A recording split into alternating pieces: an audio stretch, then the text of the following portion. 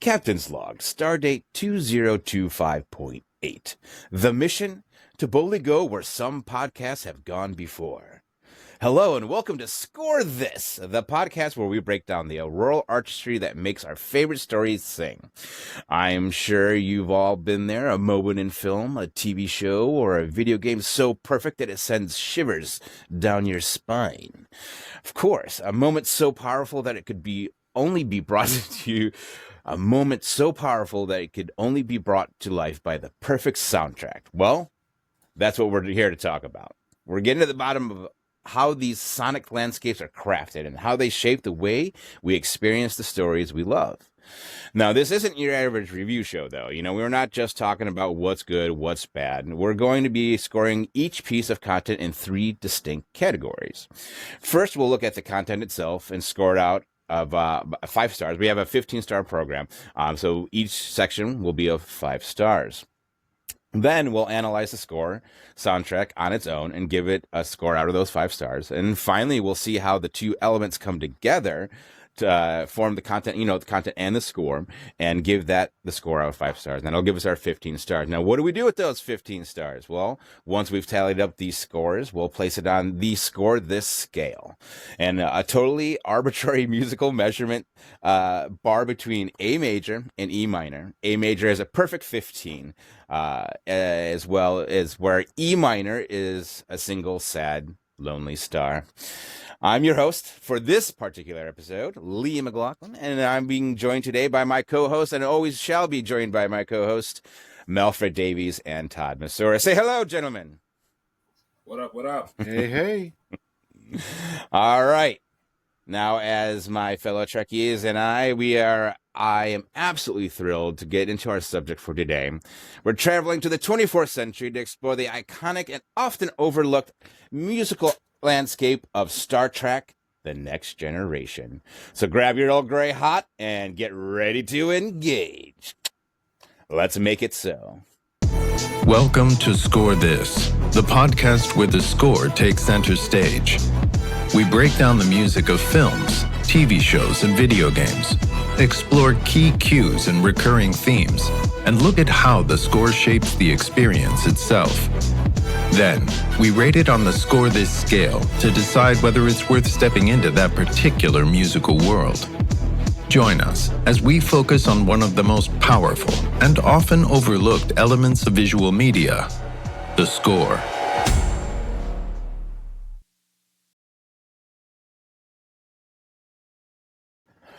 All right. Well, we laid out the broad strokes of what we're going to do here today, and so let's just kind of really get into it. But now it's time to put our tricorders on and to get into the real data of where we're going to dive into. Hold on a second. All right. Because I had written this is where we'd come after the credits, so I'm trying to rewrite it in my head. All right, gang, now it's time to put on our tricorders and get into the real data. We're going to dive deep into 3 pivotal moments that truly define the series. And with that, we're going to be examining how their content and score weave together to create something unforgettable. We're going to start with, obviously, I think where everyone should start, and that's with the first episode. And now this is also the pilot episode that really was trying to break every boundary that Star Trek had created while staying within those boundaries, if that makes sense. And we start with the encounter at Farpoint, and this is the philosophical proving ground. Now, with that being the pilot episode, while it's easy to dismiss some of the early episodes as a bit clunky, as it was created in the late 80s. So, yes, it's definitely got a bit of that clunkiness. But that's all part of the fun and the charm and how it grows and grows and grows in the years to come. Now, this was written by Gene Roddenberry, the man beloved, the creator of Star Trek, and D.C. Fontana, and directed by Corey Allen. It's a masterclass in setting a tone in the content. It's it was this content was just about a mission. It's about a philosophical, again, like I said before, a philosophical proving ground. The Enterprise D isn't a military vessel by means. It's a ship of exploration with humanity's evolution.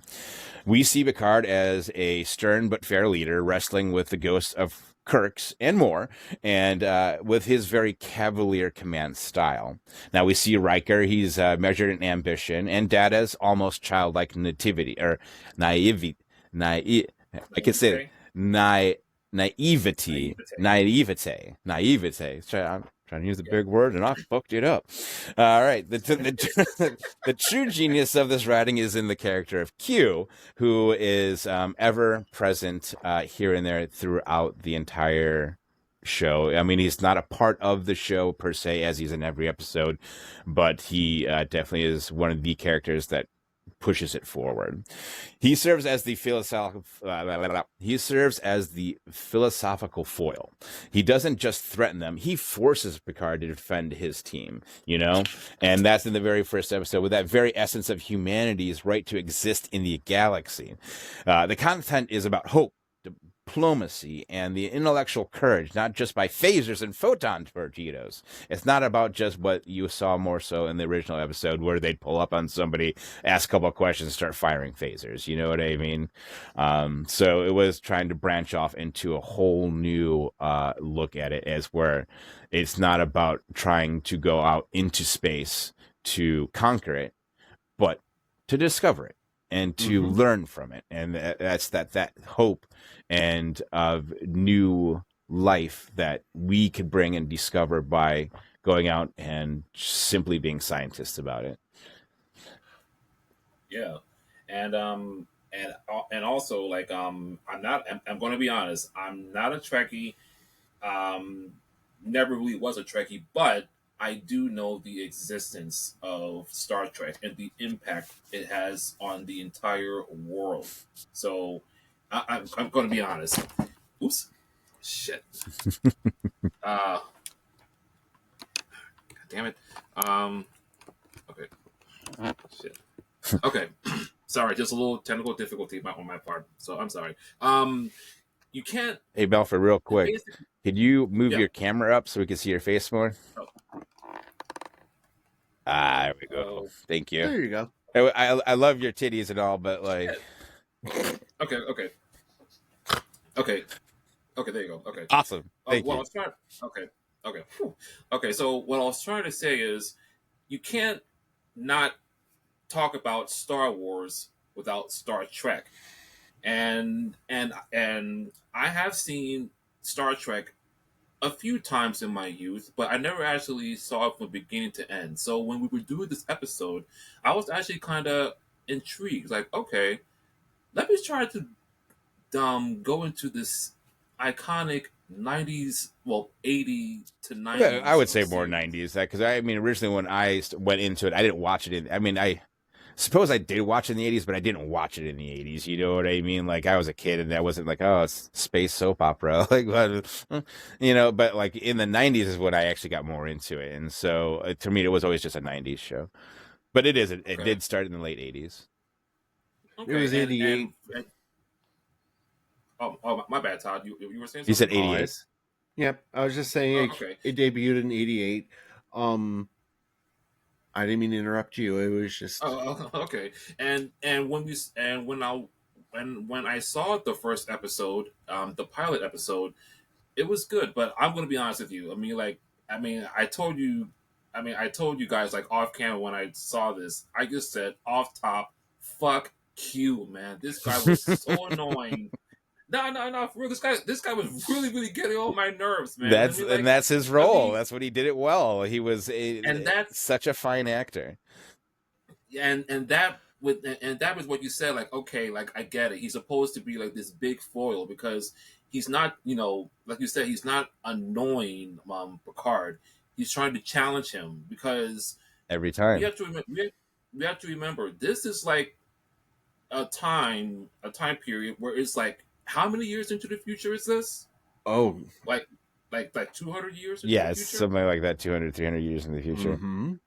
Yeah, and Q is basically trying to, like, remind the audience of like where that time has gone and where where the time has probably try to think of a good way to say this, where time has been overlooked, or time, or someone that forgotten time has has gone. Well, But You're talking about the last episode? no. I'm still talking about the first Okay. episode of basically what when he Q's appears, Q's purpose was for the show, basically trying to remind the audience where time has went since we're like starting the this new series that takes place, I believe, 200 years into the future, because Kirk and shit, not Kirk. Picard. Picard. Okay, gotta remember that. Picard. They don't know any of the old history that came before them. They had to like learn it in in history books and all that. So Q was basically there to remind them of like where humanity was back then compared to where they are now. And he's basically there to just say, right. hey, It's a great talking point, actually. I mean, that's let's start with the big question: does Encounter at Farpoint successfully establish the new, more cerebral Star Trek? What was your initial impression of Picard's command style? Compared to Kirk's, and so hold on one second. I have this. Right here.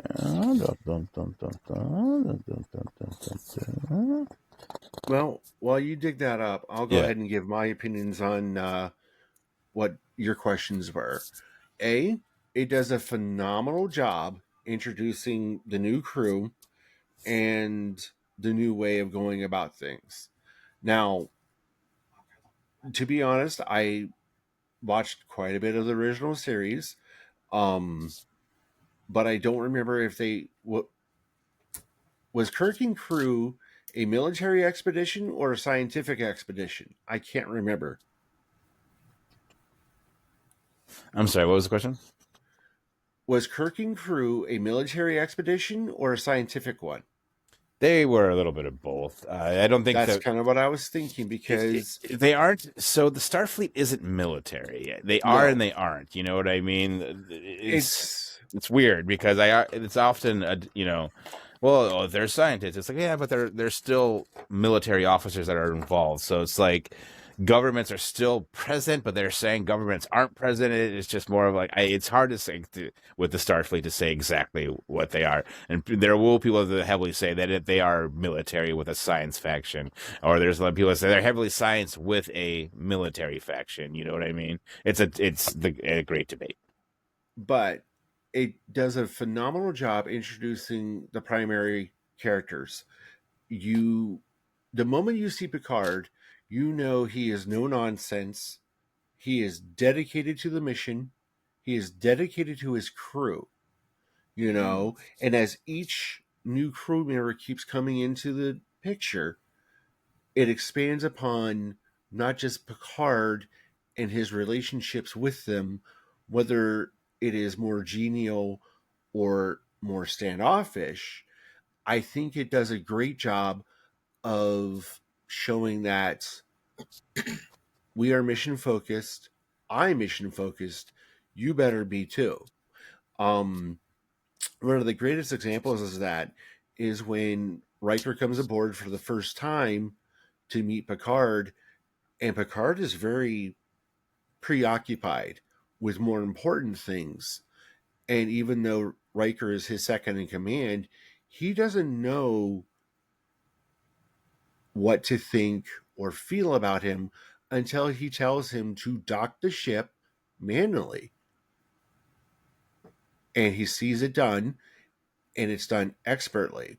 That's when Picard opens up to Riker. Yet on the other hand, Beverly, he knows exactly who she is. Now, real quick, I actually, I'm sorry to interject, Todd, but I really did like the history between, the history between Picard and Crusher. Mm-hmm. Since we know that his best friend was Crusher's husband. Yes. So I mean that pretty much establishes a good relationship right there between the two. Yeah, give you a little background. Well, to be quite fair, one of my favorite parts of the entire pilot was when Wesley was on the bridge after Picard said go ahead, and Wesley was just being a kid and answered the intercom, and he has that brief explosion of anger. It was controlled, but it wasn't. And Yeah. the fact that Mhm. he straight up under It's showing that he actually doesn't have a good rapport with children. yes. Yeah, and that's Yeah, I was wondering about that. Like, what is his issue with children? just I mean, wasn't like, his thing, man. Yeah. It wasn't his.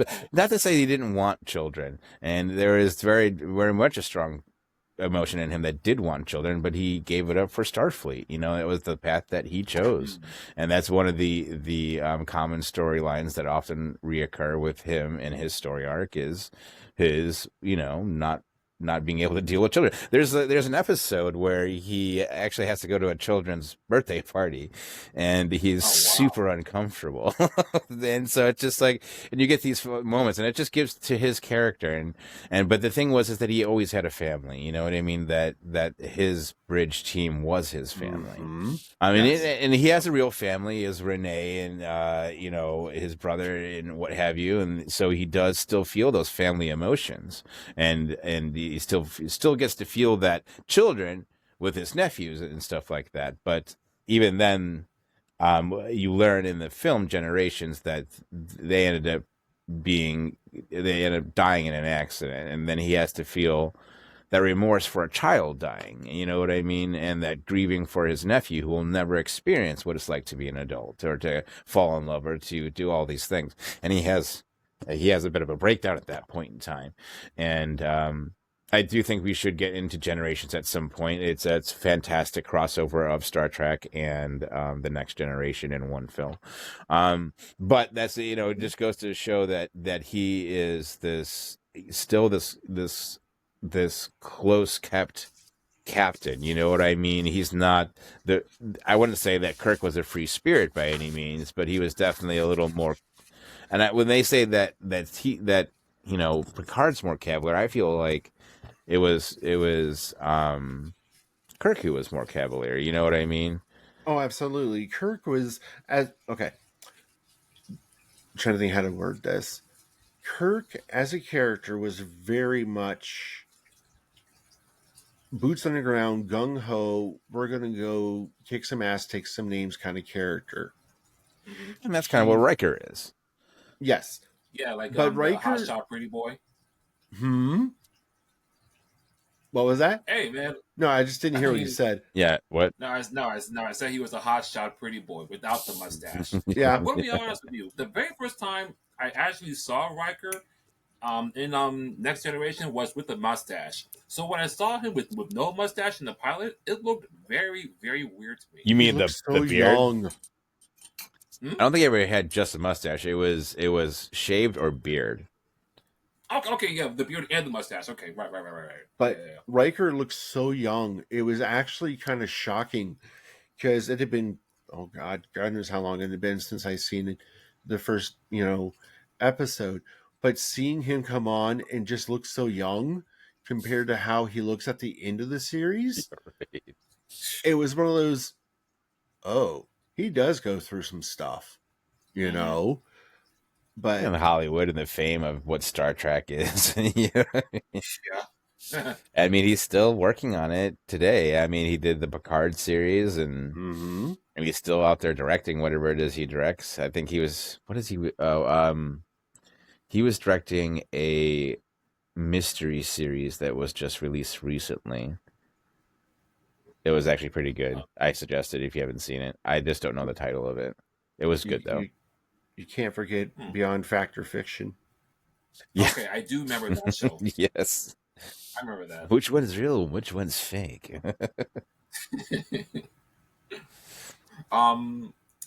But moving on. Yeah. So we had that first episode, and what that first episode, it really does force you to see how Picard is as a captain and how he deals with a team member when Tasha Yar gets frozen.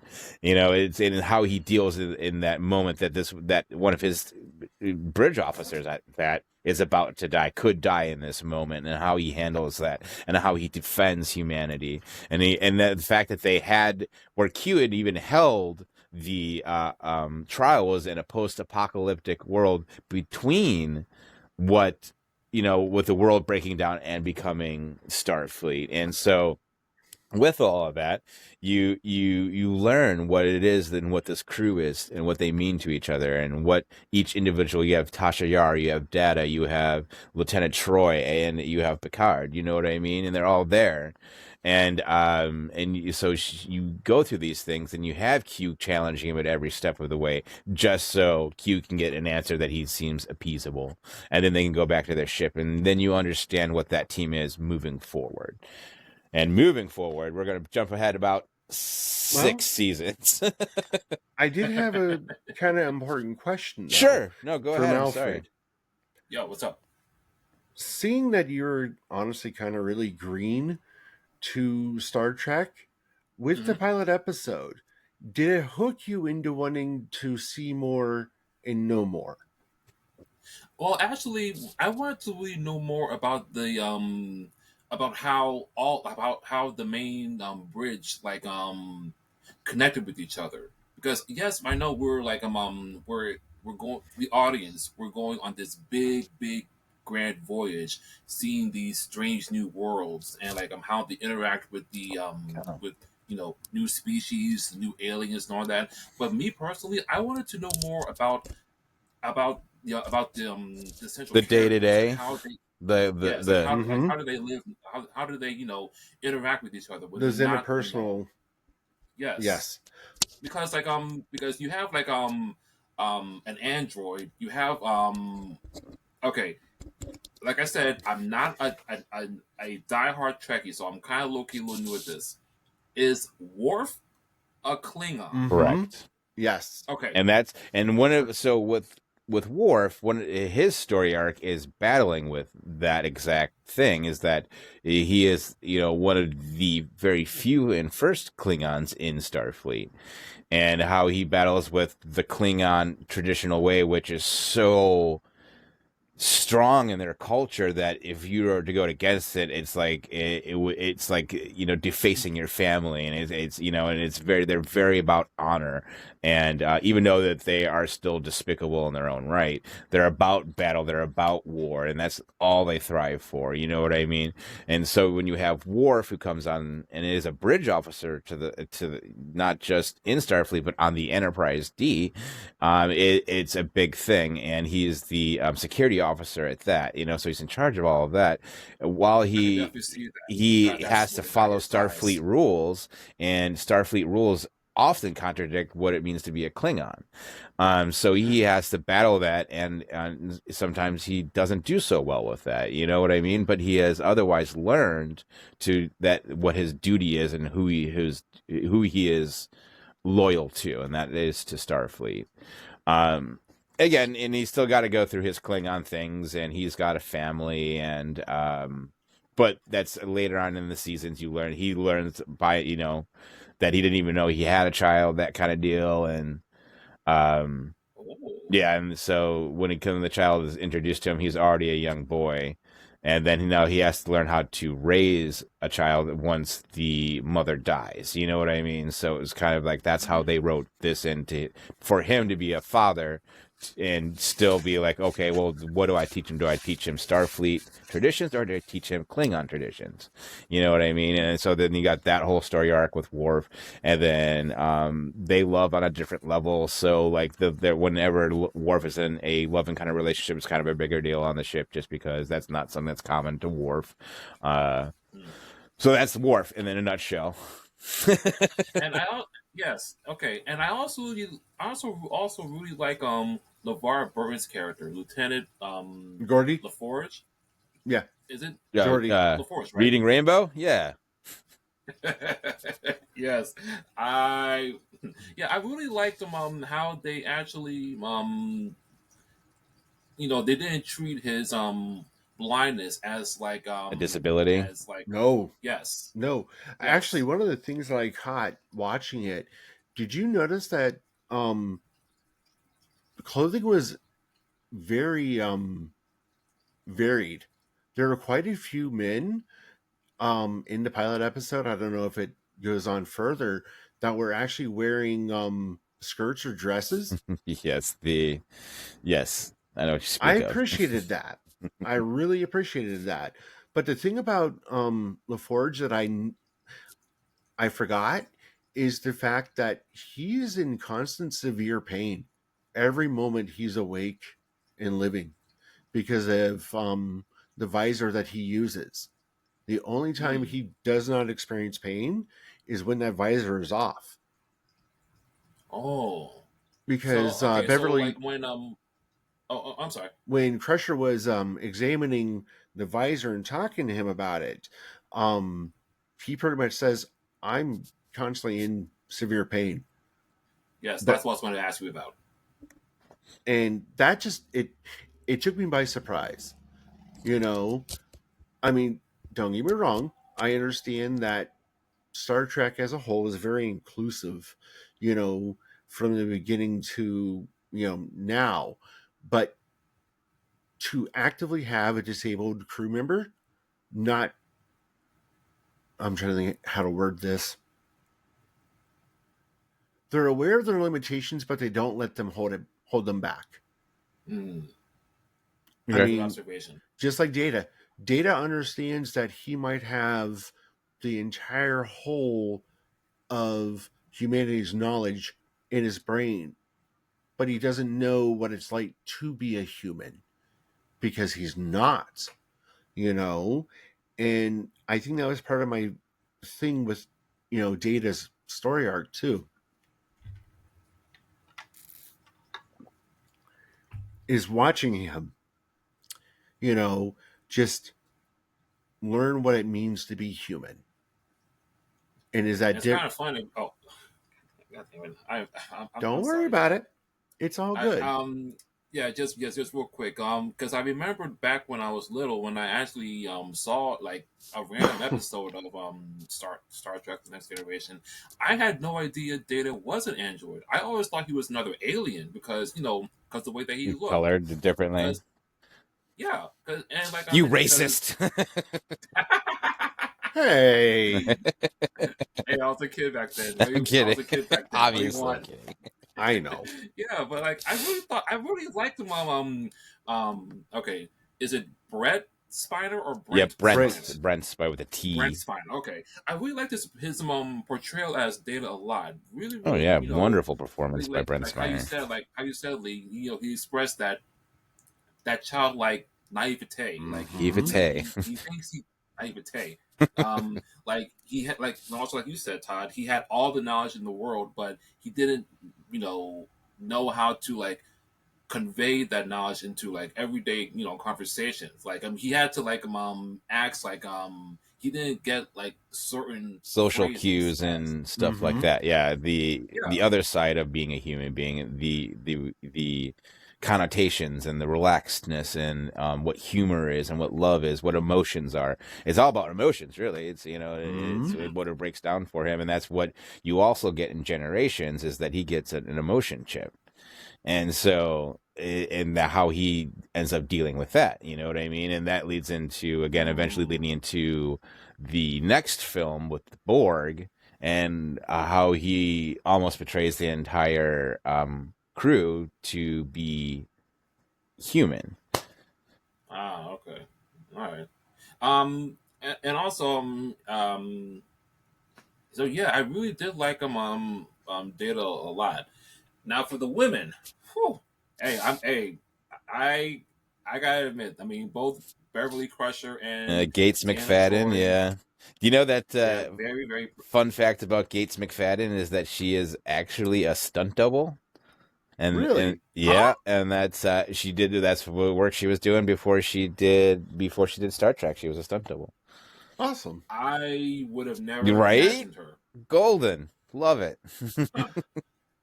Now, I have to say, when it comes to the portrayal of women characters, at least in the pilot, you could take it at a face value of not bad, but I do understand, as the series goes on, thank God the women are a bit more, they have more agency.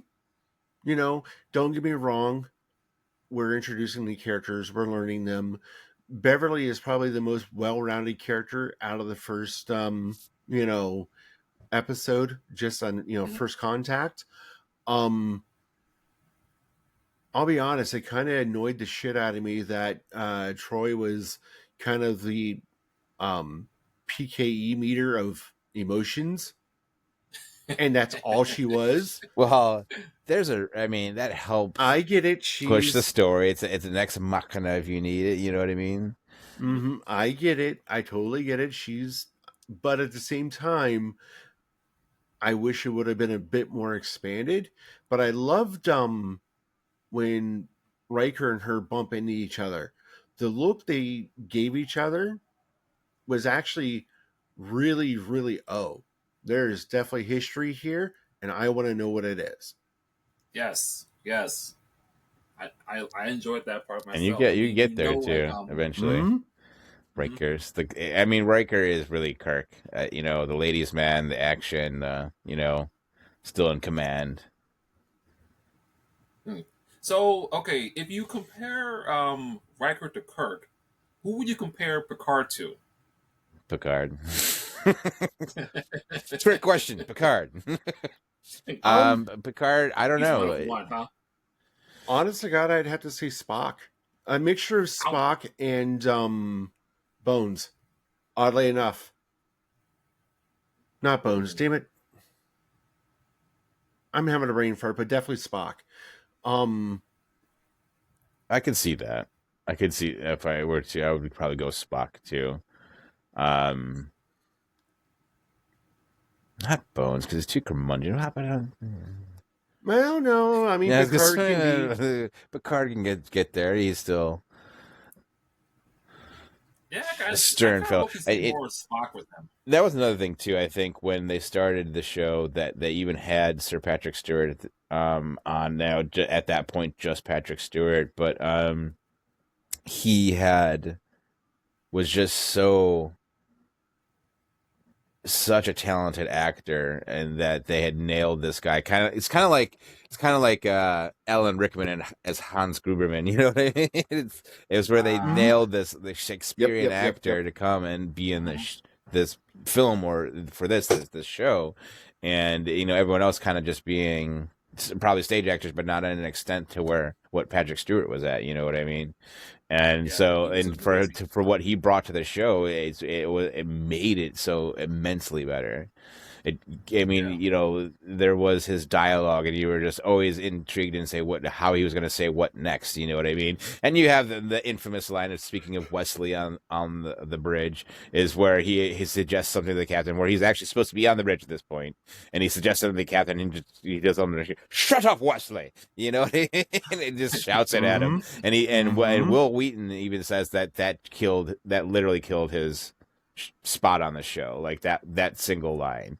He goes, and from there it was like, I just couldn't get up to a point anymore where people had the respect for Wesley, and it was just lost in that moment. And he goes, it's a regrettable line, you know what I mean? But I think it's hilarious. It's one of my favorite memes, so life has a funny way. Okay. Actually, if you guys are down, I actually want to since we're still talking. Actually, hold on.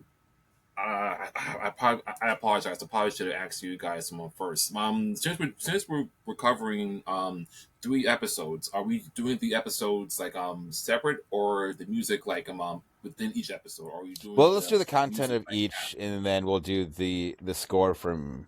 Well, no, let's talk about the score now for this one. Yeah. Okay. Yeah, because I wanted to get into this because I really, really did enjoy the score. Yeah, let's just keep everything together. We'll score it. Scoring. let's talk about the episodes first, just as their content, and then we'll score content, and then we'll talk about score, and then we'll score the last one. And that one should be real quick. So, Malfred. Okay, yo. Let's move on to the Borg. Ooh, man, this episode. Man, so intense. I actually did some further research. I had no idea this was actually like a 2-hour movie. Yeah, that was that's like a two-parter. That's is a clear sign that this shit is intense, and this is like the point where now it's time to get real. Yeah, so just no more fun and games. It's go time. Just for the gang at home, we're talking about the end of season 5, beginning of season 6, I believe, or either 6 or 7. I'm sorry, don't quote me on it. But it's called The Best of Both Worlds, and this is not the Hannah Montana that you may be thinking of. It is actually the Borg. We're in the Borg, and we're introduced to the Borg. I think we are introduced to the Borg prior to that by who? Melfred's favorite. It's Q. Q introduces them to the Borg. He takes them across space and time, not time, but space, to introduce the Enterprise to the Borg, which the Borg would not have known about the human species if it wasn't for Q. Well, not the human species, but our species of humans anyway.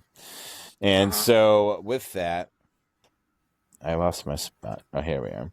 This episode was written by Michael Piller and directed by Cliff Boyle. I always like to get out who wrote and directed these guys because it's always going to be different. A lot of them are the same, but there is a lot of different writers and directors that have come on to be a part of the show. At one point, even I think most Bridge members got to direct their own episodes and stuff like that. So, and write them. Jonathan Frakes did a lot of them. That's Riker. The content of this episode is a monumental shift for the series. A perfect storm of narrative tension. The Borg aren't just an enemy. They're an ultimate negation of thine self.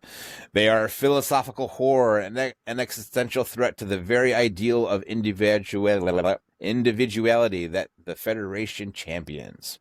This makes Picard's personal story arc so much more tragic and powerful at that. He isn't just captured, he is assimilated into Locutus, a mouthpiece for the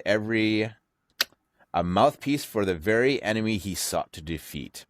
His struggle is physiological violation, and the weight of it all falls on Riker, who must not only take the command, but make the unthinkable choice to fire on his own captain. The writing here is a masterclass in raising the stakes, creating a sense of utter hopelessness and dread that no previous enemy had managed before. That's what I got written down. That's what I wrote. But yeah, I mean, it really is all those things. And like I said, I watched this episode just last night.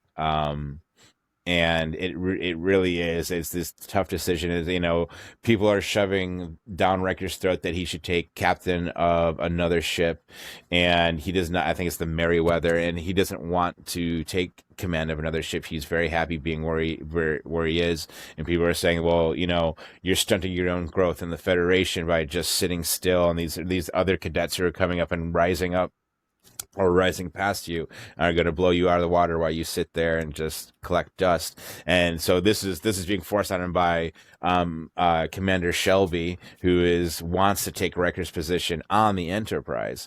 So this is just that side arc you have going on that's adding to his thought process and his stress in the situation. And then the Borg come in and they take Picard, and now he is forced, because he wanted to be on the away team to go get him, but they're like, no, you can't, you're in command of the ship, and right now it's not the best time to leave. You got this admiral and you got this fucking other commander who wants your job. It's probably best not to take off right now.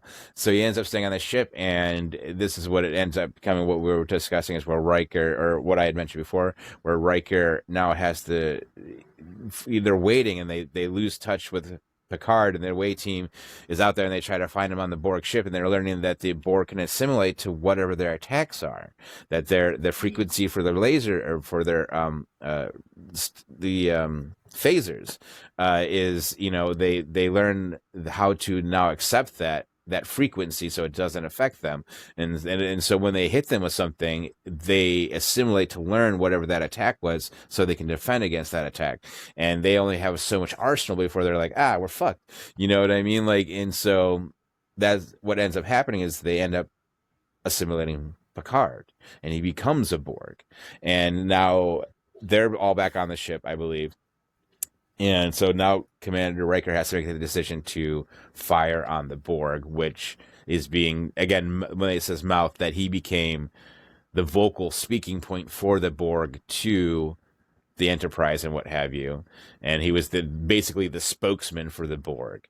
And so he ended up firing on the Borg ship and trying to destroy it. And this is the man that he admires and mentors and loves, and he's on that ship because of Picard. You know what I mean? And that's the whole reason he's there, outside of being on the flagship for the Enterprise. You know what I mean? Which is a coveted seat, obviously. Go on. And that, ladies and gentlemen, is what we call excellent TV writing. Yes. I'm going to be honest with you, man. I mean, like, I was looking kind of nervous as hell, man. Like, yo, is Riker really going to take out the guy who actually meant so much to him just so he can, like, protect his crew? I was like, yo, this was, like, nuts. I mean, and also, can we talk about the costume design for they had for the Borg? Okay, no, not just the Borg. Okay, Lee, help me out. How do you say Picard's Borg version? Locutus.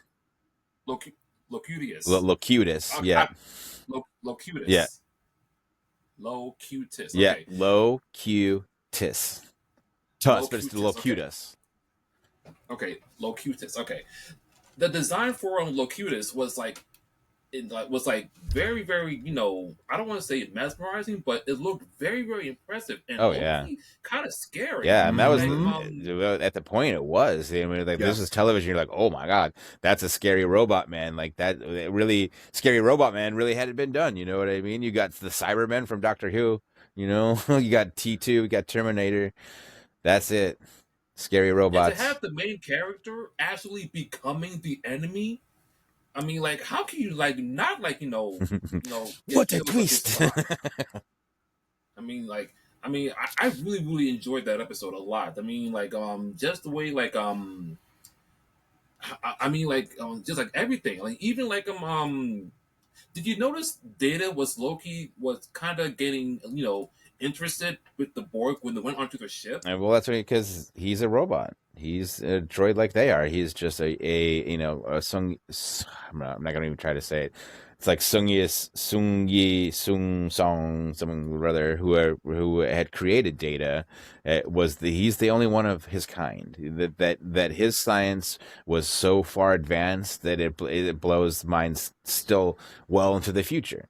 And so it's funny because he now sees these other androids who are to him, I would say, like a steampunk, you know what I mean, kind of compared to what he is, you know. And it's because they are a learning species of the assimilation, that could they assimilate emotions? They weren't, but there is still that fascination of how they were doing what they were doing to him. Okay, I have a quick question, for both of y'all. Okay, did you have a sense that Data could have joined the Borg himself, since the technology was, there's a film on that one, more advanced than he was? Do you think that that's Data could have, you know, joined? That's Star Trek First Contact. Okay, that is literally that film. Yeah, because the way that he was, you know, he was looking in the ship, I don't know, something my gut tells me, I don't know, I got a weird feeling that Data will backstab the whole crew and join them, just so, like you said, he's still a machine after all. Yeah, he's still a machine. He wants his own kind. I don't want to spoil anything for you, Mel. I'll get into the series. Okay. Hey, that's just my thoughts. But yeah, that's the Borg episode, and then that becomes a crucial point for Picard when he is saved and he is unassimilated through what.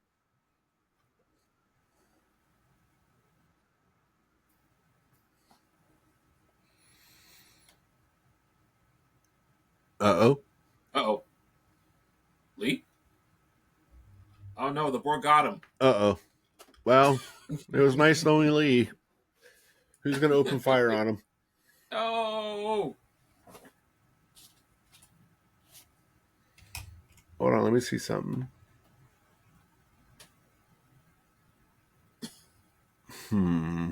It says he's still uploading. Oh no. Uh-oh. Yep, I think he got dropped. Ah, no. Uh-oh. Ah, damn it.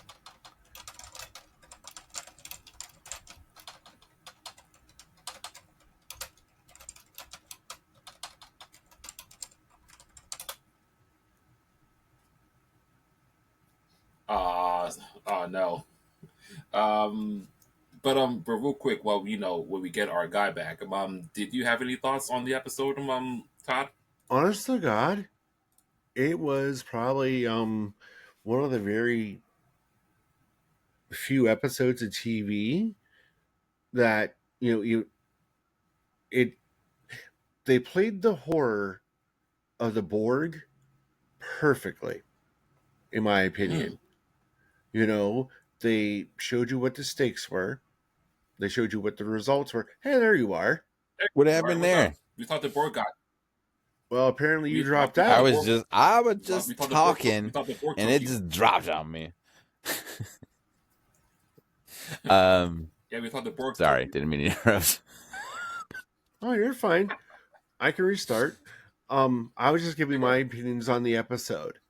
Some of the scariest television you could experience at the time, because, well, everything from the lighting to the stakes, what's going on with that. Sorry, I had a brain fart. I need to recircle my thought. But like I was telling Malfred, one of the scariest bits of TV probably in a very long time. Like, that's one thing with me that I don't agree with, that horror television can work because of commercial breaks. But there are plenty of moments in this episode they knew exactly when to break. They knew to keep you guessing, keep you questioning. I think for me, the biggest thing is what bothers everyone else about the Borg, the loss of self. That is one of the things that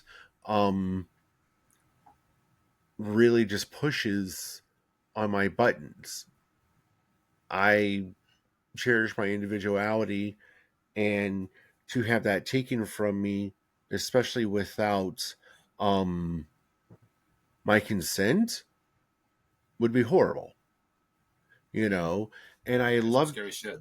And I love the fact that it wasn't just a one-off thing for Picard. It is something that will forever affect who he is and his decisions in the future. I think it's a great bit of storytelling because of that. There's plenty of shows that, a character goes through something pretty darn bad, something horrific, and 2 weeks later they're back to normal and it's never mentioned again.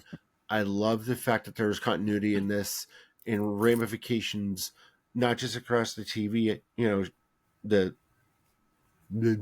brain fart, not just across the Next Generation, but it bleeds into the films. And as far as I know, it bleeds into the Picard television series. Absolutely does. Yeah, that all of that carries through. I mean, he never doesn't forget a thing, and it's often about.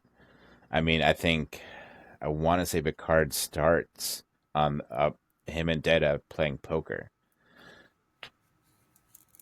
Okay. Which is a And also, callback to the last episode. Yes, that's how they ended the last episode. Speaking of the last episode, But Malford wanted to say something. yeah, but real quick, before we get to that episode, I was just kind of curious. Why, in your opinion, as a filmmaker, Lee, what did you think? Actually, try to think of a way to ask this. Why do you think the Borg's central color was green? Like, in your opinion, like how the inside of the ship had this green light everywhere, I think it gives I a, think a like the way different that contrast. I think Mhm. that one thing that really wasn't tapped into in TNG was the Gorn, which was a big part of the original Star Trek series, and they were green. And so I think there's a little nod to that. I think that also at that time period, what they were working with, it was their colors were probably pretty basic. When you do a set design like that, if you want to be that large, you're thinking, how can we get around certain things? And they think, okay, well, we can use a green lens, or who knows? They could have fucking used glow sticks for all I fucking know. You know what I mean? Like, okay, Now, all right. mind if I drop my opinion on? sure, that's what Uh, this is all about. I know. Yeah, go ahead. I guess from a filmmaker perspective, in my point of view, the green is actually it counteracts the colors of the Enterprise, the uniforms. Oh, the contrast That for sure. It's the contrasting nature. Also, that color of green is considered to be sickly or toxic or even radioactive. And Okay. the Borg they're toxic to anything organic. Anything they can assimilate into them, they will. So maybe that was part of the thinking behind it. Now, granted, Lee's probably correct where it's okay, what's the easiest color we can put on film that'll show up and be visually distinct from everything else. But if I was to, well, case in point, with the one script that I'm writing, the main female character, her color spectrum is actually opposite of the male antagonist. Her color scheme is red and orange, and his is literally on the opposite side of the color wheel. So, like, And black? No, hold on, let me bring it up. Go on, guys. This I'm gonna is say me it's just very, being me. it's very. If it was, then that'd be very for like Halloween, Laurie Strode and Michael Myers, where she was that orange, beige, earth tone colors. You know what I mean? And he was dark. Yes. Favorite horror movie of all time. But yeah, I'm sorry to interrupt with my No, weirdness. well, let's move on to the next episode though, so we can get to scoring this, so we can actually talk about the scores. All right, we are going to move on to this, and finally we come to the end, or perhaps another beginning, with the series finale. All Good Things is what this episode is called. It was written by Brannon Braga. I don't know if I said that right. Brannon Braga and Ronald D. Moore. And directed by Winrich Colby. This episode is an ingenious narrative device, actually. It uses 3 timelines, past, present, and future, and allows the writers to not only tell a compelling story, but to reflect on the entire 7-year journey. The future timeline in particular is a powerful one, a what-if scenario that shows a fractured crew and a Picard consumed by his own isolation. The final test from Q is not about saving humanity from a threat. It's about forcing Picard to open himself up to his crew. He's always been the solitary philosophical captain, and which we've discussed, I think, quite a bit today. And but the future timeline shows him But the future timeline shows him he needs his family.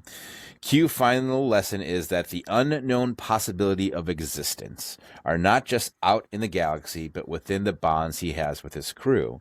The content is a beautiful, emotional, and a perfectly logical end to Picard's character arc, a testament to the power of connection over conquest. Bam. So yes, it is again Q coming in the beginning and Q coming in at the end. And Q introducing him to the Borg. Where was Q? He was there for all of it. You know what I mean? And with this, it's again, Q has always been enthralled with Picard, even though he says he despises Picard. But he's always, in his own right, loved Picard. And you don't really see that. And even then, you don't really see in Picard, the series. But I don't want to spoil anything, so we will just shush on that. But nonetheless, Q is always there. And with this particular story, I thought it was a great way to wrap the series up, because it really, I mean, the show really was always generally, it was about the family and the crew, and each character had their own. There were definitely episodes with Geordi and Data that, I absolutely loved them on the holodeck. You know, I loved the interaction that Worf had with his son. I loved that Gyna, which we never even talked about. Whoopi Goldberg is on this show. You know what I mean? Like, yeah, and her stories, like where she meets Picard for the first time, was well into the past, where Mark Twain lived. You know what I mean? Like, and there's another time travel episode that there's just so much going on, but I loved that this wasn't based on what one last adventure are they going to have. You know what I mean? It was the inner story was always about Picard, and then it was all the things that we talked about, the emotional closed off that he had to children, being emotionally closed off to children, to being a forceful captain, but also have a heart and have empathy and compassion for his team, and have understanding that he has lost his crew time and time again. Like, not the red shirts, you know what I mean? Not your main cast. And you got Wesley, who's, you know, has come and gone, and it was actually an actual child who grew up on the show. You know what I mean? But for, like I said, and this is where I was talking about earlier with him having to face the death. Oh no, that's still Generations. No, was it Generations, or was it this episode where he has to face the death of his nephew? Oh, I'm not too sure. I don't think I remember that episode. No, that's Generations then, because it's totally the film Generations. That's what it was, because that's what feeds it, whatever. But this one particularly is, I love how they were jumping from him on his vineyard in France. You know, I love how they showed that future, and then they jump back to the past again, where everyone's all young, and then they jump back into the present, and it's going. But it wasn't like I can't follow this. They're jumping around. I don't know what's going on. You were absolutely, like, everything kind of fit, and you were like, and I loved how they showed that he was panicking because he didn't think that people were believing him. You know what I mean? Like, he's like, I've been through a lot of shit with you guys. Like, I'm not crazy. You know what I mean? And they're thinking, and then how they, for the future, how they change things to be darker, and how they change their makeup to be aged, but not stupid, film aged. You know what I mean? Like, there was a lot going on in this particular episode, and I loved every second of what it was. As far as a series finale, as far as just an episode, as far as just the filming quality, the talent and production behind it. It was just a good way to send the show off, in my opinion. Yeah. Actually, Todd, you might have to go next, because I need to use the facilities real quick. I will be right back. Okay. Do you want to just pause it? Yeah, let's just hit the pause button. Okay. Whew. How far in are we? Yeah. We're like, what? Like, is it an hour now? Yeah, it's about an hour now. Okay. Well, that's not bad. Then we'll get through this, you know, we'll talk about this for a little bit longer. Then we'll go into the scores, and we'll talk about that. Like I said, like, I think you were in the bathroom right now, or if you were here, but I was mentioning how the Borg episode, I rolled over and was just listening to it, and I could just the score and how it was changing between the ship and between the Enterprise and between the Borg ship and whatnot, and it was just like, wow, like I gets it. And it's all Dennis McCarthy, and it sucks we can't use any music. Because it's like, oh, here, we want to... Oh, no, we can't. We want to... no, we can't do that either. We'll play some... No. I'm sure you'll find some a good music bed, I'm sure. There's... Yeah. I should dig something up.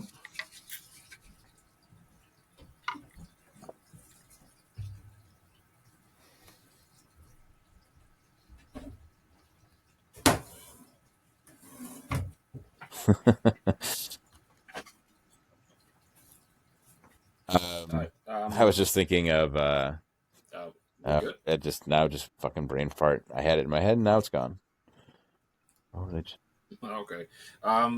Yeah. Did you already give your thoughts, Todd?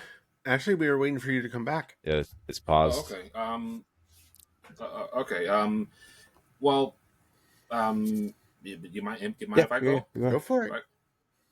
Okay. Yeah. So yeah. So for my thoughts on the series finale, All Good Things. I really liked how okay, even though we kind of like even though we watched a few episodes, but from what I got from the show up to that point for All Good Things, I really did like how it came together. But I'm going to be honest though, the whole different timelines kind of threw me off a little bit because we see oh,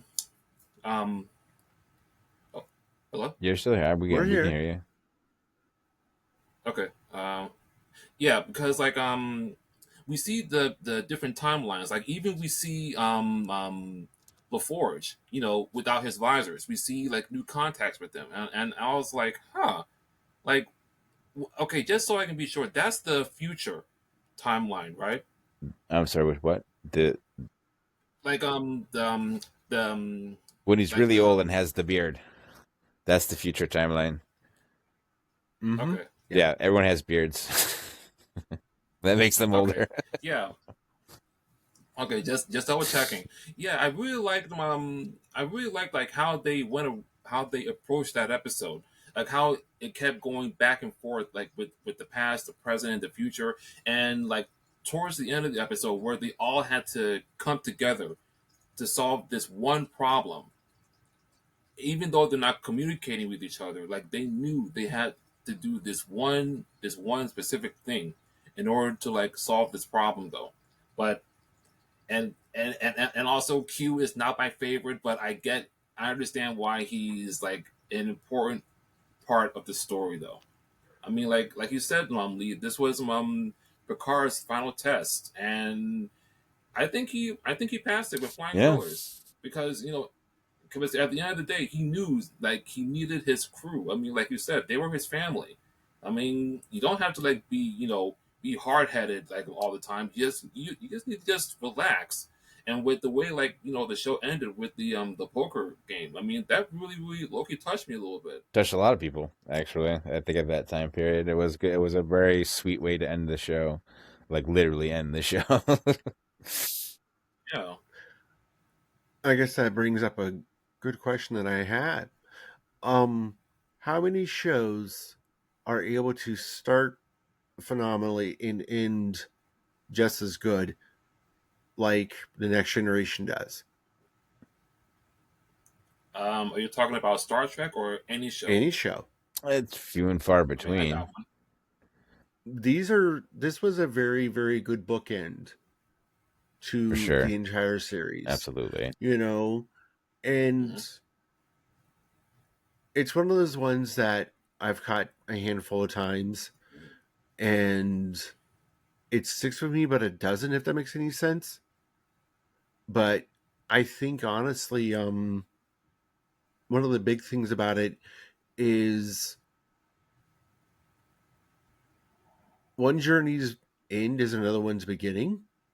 And I think that is, oddly enough, what, they were definitely promising with this one. For sure. Because, well, look at it. Picard finally joined them for poker. after I'd how done many this years? sooner. But you were welcome. You know, that And that was his own struggle. Was again, it was him that kept himself away. You know what I mean? They all loved the shit out of him, and they literally would die for him, but yet he was still like, reserved. I don't know. I'm having kind of a glitch right now, so I'm gonna go ahead and just say I loved the book ending of the beginning and the end to the series with this episode. Agreed. Yeah. Mm-hmm. And like and also like I mean, okay, let me try to like ask you guys this. If it wasn't poker, what kind of other group activity could you have seen like the crew like do 3D together chess. as a way of just 3D chess. Or there was another game they played. There was a game that an episode where Data played Data or Data? It's Data. Data? It's Data. Data. There's an episode about that too. It's Data. There's an episode where it's like a game where they play with their fingers like this, and it's like on the screen. And this guy said, this one alien guy who was reviewing them said he was the best at it, and he could even beat Data. And there was a point where they actually played, and he actually did beat Data. And that blew Data's mind. He's like, there's just no how, you know what I mean? And he goes, he was that good. So the next time he played him, because he was super, I guess they challenged Data to do it again, actually. But he ended up doing it, and he ended up pissing the guy off because he couldn't beat him. Neither person won. It was a draw, but the fact was that Data had learned not to try to beat him, but only to counter his next move, you know what I mean? And so it would never end, and that pissed the guy off, because the guy was like super annoying. He was like, because he was reviewing the whole ship, he was up everybody's ass, you know what I mean? Like everything was wrong in his opinion, but ended up leaving thinking that the ship was wonderful, but really pissed at Data because he couldn't beat him that second time. Yeah. Robin Williams is supposed to be on the show. Really? Yeah, No he was supposed to be a character on the show that Matt Freer ended up playing. If you don't know who Matt Freer, he is the neighbor dad from Honey, I Shrunk the Kids, or he's Max Headroom, if you remember that, going back. Yep. And so he ended up playing the character that the role was literally written for Robin Williams, because Robin Williams would spend time sometimes on set because he loves Star Trek just as much as any other Trekkie. You know what I mean? So they wrote it for him, but unfortunately he couldn't do it because he was doing the film Hook. Mrs. Doubtfire? No, Hook. Oh. No Yeah. way. So, and he was really somber about that for a bit, because he had missed a role that he said they wouldn't have even had to have paid them. He would have done it. But it was just a timing thing, and that was it getting about writing. I was like, well, if you want Robin Williams to be on the show, you write another fucking part, you know what I mean? But apparently this role was perfect. He was supposed to be a time traveler, and he was collecting things from the ship, and he ends up just being a smuggler, and he would time travel, but he would just sell the stuff at his next spot or whatever. You see, he would be my favorite character if he had gone through. Yeah, me too. I think it would have been great. It would have been hilarious. Could you imagine him as a Ferengi? Robin Williams? Yeah, I could actually. That would be hilarious. Just so you guys know, this, by the way, this uniform is from the animated series Lower Decks. This actually, though, there's a pin here that is from. So I'm part of the Federation here in Cleveland, and that's an actual fan club and whatnot, and they do charitable things and clean up the neighborhood and do events and stuff like that, and we're a part of that. And this is from the original group started by Gene Roddenberry. So this is a commemorative pen from that group. Oh, wow. And this was given to me by the admiral of my group as a gift for just, I don't know. I think he had been A little bit. But I was very appreciative of it. This is one of the coolest things ever. That's awesome. That's I realized it that's was really- also that's really upside down cool. and tilted, but now it's better. And he also gave me more That pips, was I really think. cool. I don't know where my pips went. I gotta get. I'm a fish, bro. I'm gonna relax like a lower deck. Okay, we'll chill out. Yo, that's really cool, man. So yeah, there's a couple charitable things I do. I do that, and then I do superheroes for kids in Ohio, which is a lot of fun, and I do that as a Red Guardian. Alexei Serdigov, Red Guardian, is very good, yeah? Lots of fun with that one. The children love it. I love the children. It's great. But it's a lot of fun, and so we do that. But let's keep it moving. Let's do the scoring part. So, all right, based on content, how many stars out of 5 are we giving the show Star Trek? 5. Oh, 5. I mean, Mhm. yes. I'm gonna try to be not biased here, but it is a 5. It was, I mean, the way it was shot for a television show of that time period. On top of it, you got to remember when it was released. It was of a better quality for that time period, and then you got the stories that came along with it that did push these story arcs for these people, and that made you feel emotionally for these people, and you wanted to see what was going to happen next, and you never knew what was going to happen next because they were in space. They can go to any planet and anything can happen, and that's what I love about science fiction, and I love about space in general, is that it can take you anywhere. and overall, it's just fun. Yeah. It's just fun. I mean, who wouldn't want to be on, a spaceship like that? Just going to like different planets, different galaxies. That's just. I mean, you will never, ever be bored, in my opinion. If you were, on the Enterprise, you will never be bored. I agree. No, there's always something to just, yeah. I don't mind me. I'm good. Okay. I need a second. Well then, okay. On that note, let's move on to the scoring the score part. Oh, hold on. We didn't. Well, hold on. We didn't talk about the score. Actually, No. I'm saying Yes, let's move on to the score Oh. score part. The music. Okay. The Yeah. music. Okay. Well, I guess I can jump in here. Yeah. So the score, the Star Trek: The Next Generation. It had 3 composers, Dennis McCarthy, Ron Jones, and I'm sorry. I forgot the third guy. Third person. Are we thinking Jerry Goldsmith. or Alexander Courage? No. No, Courage. He did the original. Yeah, Goldsmith and theme Courage for the- did. Yeah. Yes. I had it with me. Hold on, let me just pull it up real quick. I apologize, everyone. This is on the fly. This is You this is can live. do it. Let's see.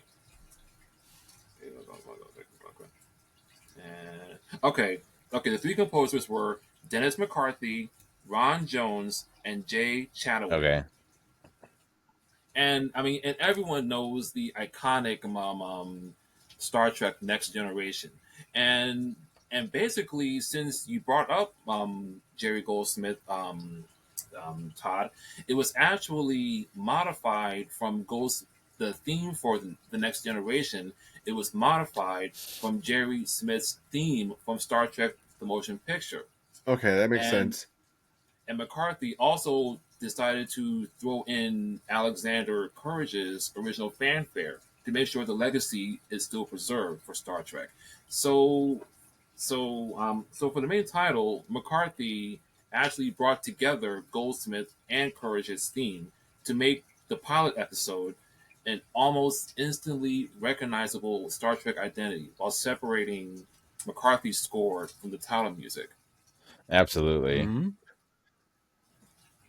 Yeah, It's like when the Enterprise D is first revealed, you got McCarthy's score isn't just grand. It fills with a sense of awe and wonder, using a full orchestral brass section to make the sheer size and ambition of the ship feel tangible, you know?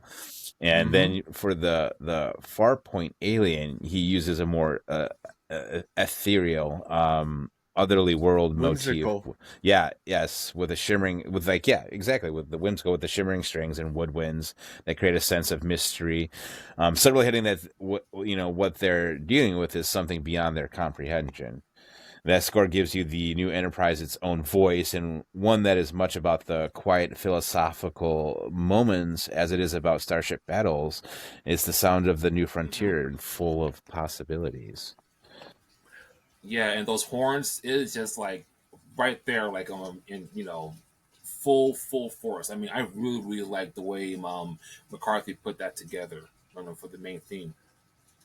That's one Okay. thing I actually noticed during Encounter at Farpoint was the music went from subtle to crescendoing into what was going on, and then it would slowly, you know, just what's the word? Just you know, ease out.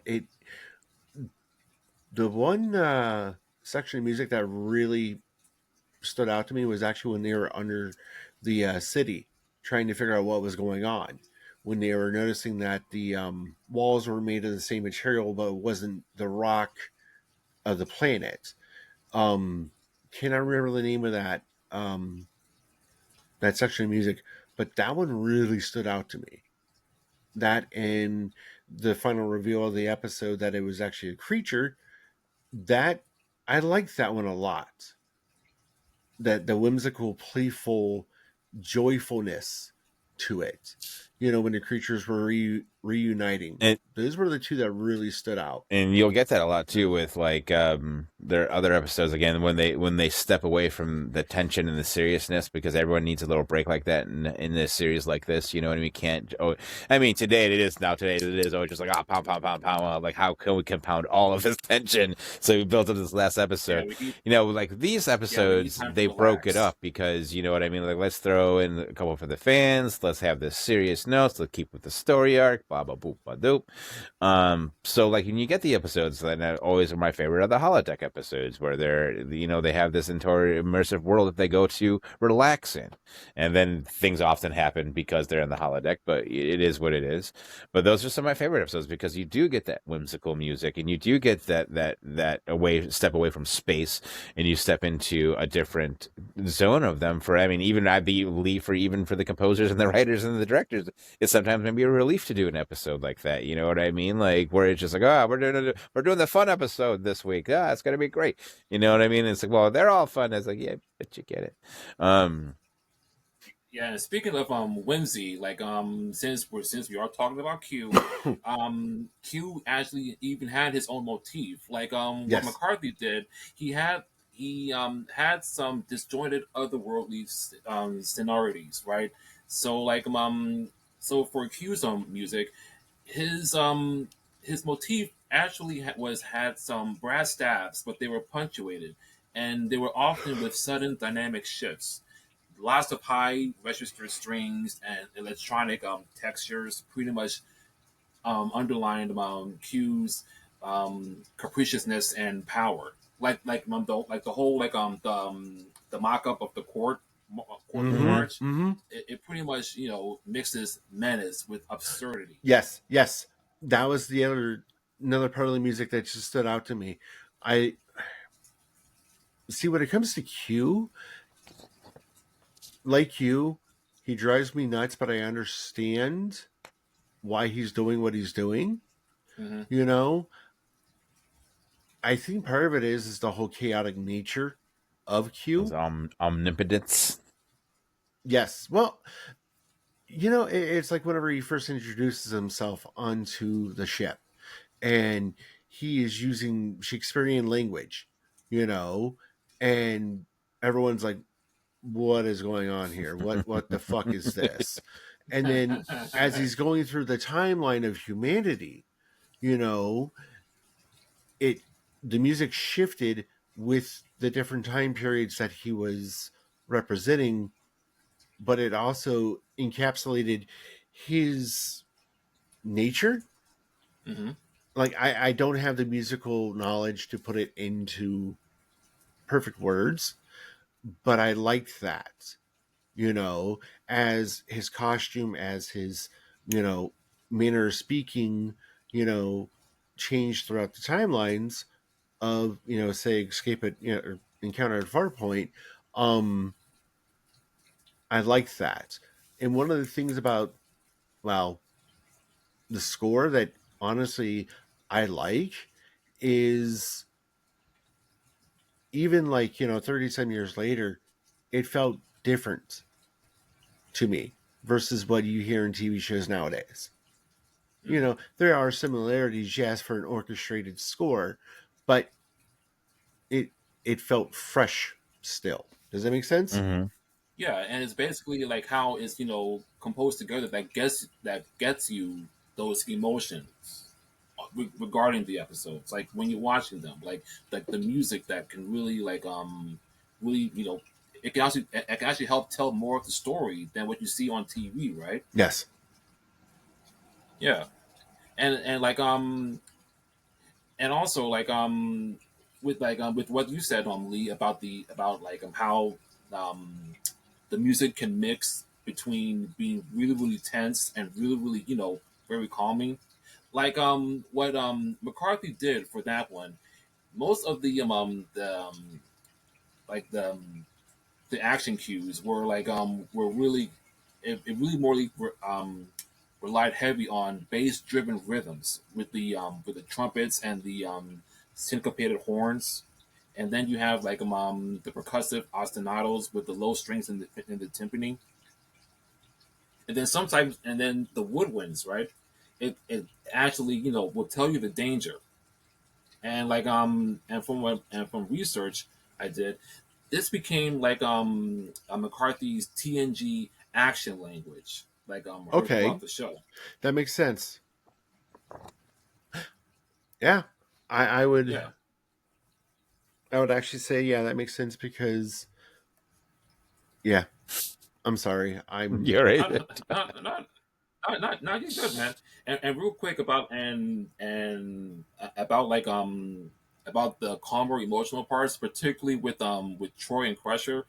McCarthy mostly just used just light, gentle strings with harp arpeggios. I don't know if you guys caught that during the first I episode. did. not the harp, not the harp, but I did catch that it was a much softer sound. I wish we could hear these things right now.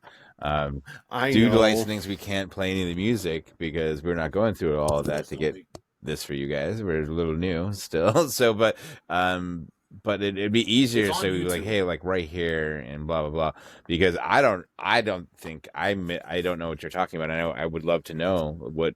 Now I have to go and watch the episode and go, oh, that's what he was talking about. Okay, this would be helpful. Yeah. So okay, so for the next episode, Best of Both Worlds, this one was composed by Ron Jones, and this is probably this is like no more fun. Like I said earlier, no more fun and games. It's all real. It's time to get to work. It's serious. And what Jones did for the Borg motif, what I am researched and for my notes for the Borgs, their musical character is very minimalistic, mechanical, and very repetitive. The construction, for the Borg's theme, is very is a short, condescending figure on low brass and strings, underpinned with electronic pulses. Mm-hmm. It it is sinister. The music involving the Borg is straight up sinister. Yeah, but it's supposed to give you a cold. The purpose was for that was supposed to evoke relentlessness and inevitability, Mm-hmm. and show you the sense that the Borg are a cold, unstoppable Yeah, it's a machine. masterpiece in Yes. sonic horror for sure. Absolutely. Yeah, like whenever you see the green the big cube on screen, or whenever you hear it coming or it's looming, you hear these pulsing, grinding textures, and it gives you a sense of mass and then inevitability. than like than just than rather you see a villain being flashy and shit. Like I don't know if you guys caught that with the score we saw at the cube on Mm-hmm. screen. Mm-hmm. Well, yeah. I like the Borg music. It's been a long while since the TV show music has gotten under my skin, and even re-listening to it on its own, you know, just kind of gives a sense of, at least to me, a sense of paranoia and just dread. Like unadulterated dread. Yeah, actually, because it it's oppressive like it's supposed to be, and it is very effective. And I appreciate that. Like I was saying earlier, it's not that often that a horror, episode, or what could be considered a horror episode, can actually affect someone, whether there's commercial breaks or not. Outside of, say, something like, um, Stranger Things, where it is a self-contained episode, there are no ad breaks, you know, but Thank to be able goodness. to, but to be able to have tension in between the commercial breaks, for something like a Star Trek episode, is actually kind of really impressive. Yeah, I mean, Yeah. for real, like keeping when you break into a McDonald's commercial in between, right in the middle of I was it, you know. thinking, switching from a neon, switching from like a Borg, cube coming right at you, to like a neon colored, like, Little hopping nugget. Sunkist That time period, Yeah. anyway. So Yeah, I mean, for real, because it's with that, particularly with the Borgs, it's like a rhythmic mechanical soundscape built on like a low frequency throbbing synthesizer, and it's like a jarring percussive string, and it uses the sound to create like a physical sense of like unease, and that's what you're talking about, and that carries Yes. over because it's created that emotion inside of you, and it's carrying over, and you get swept back up into it once it starts up again. You know what I mean?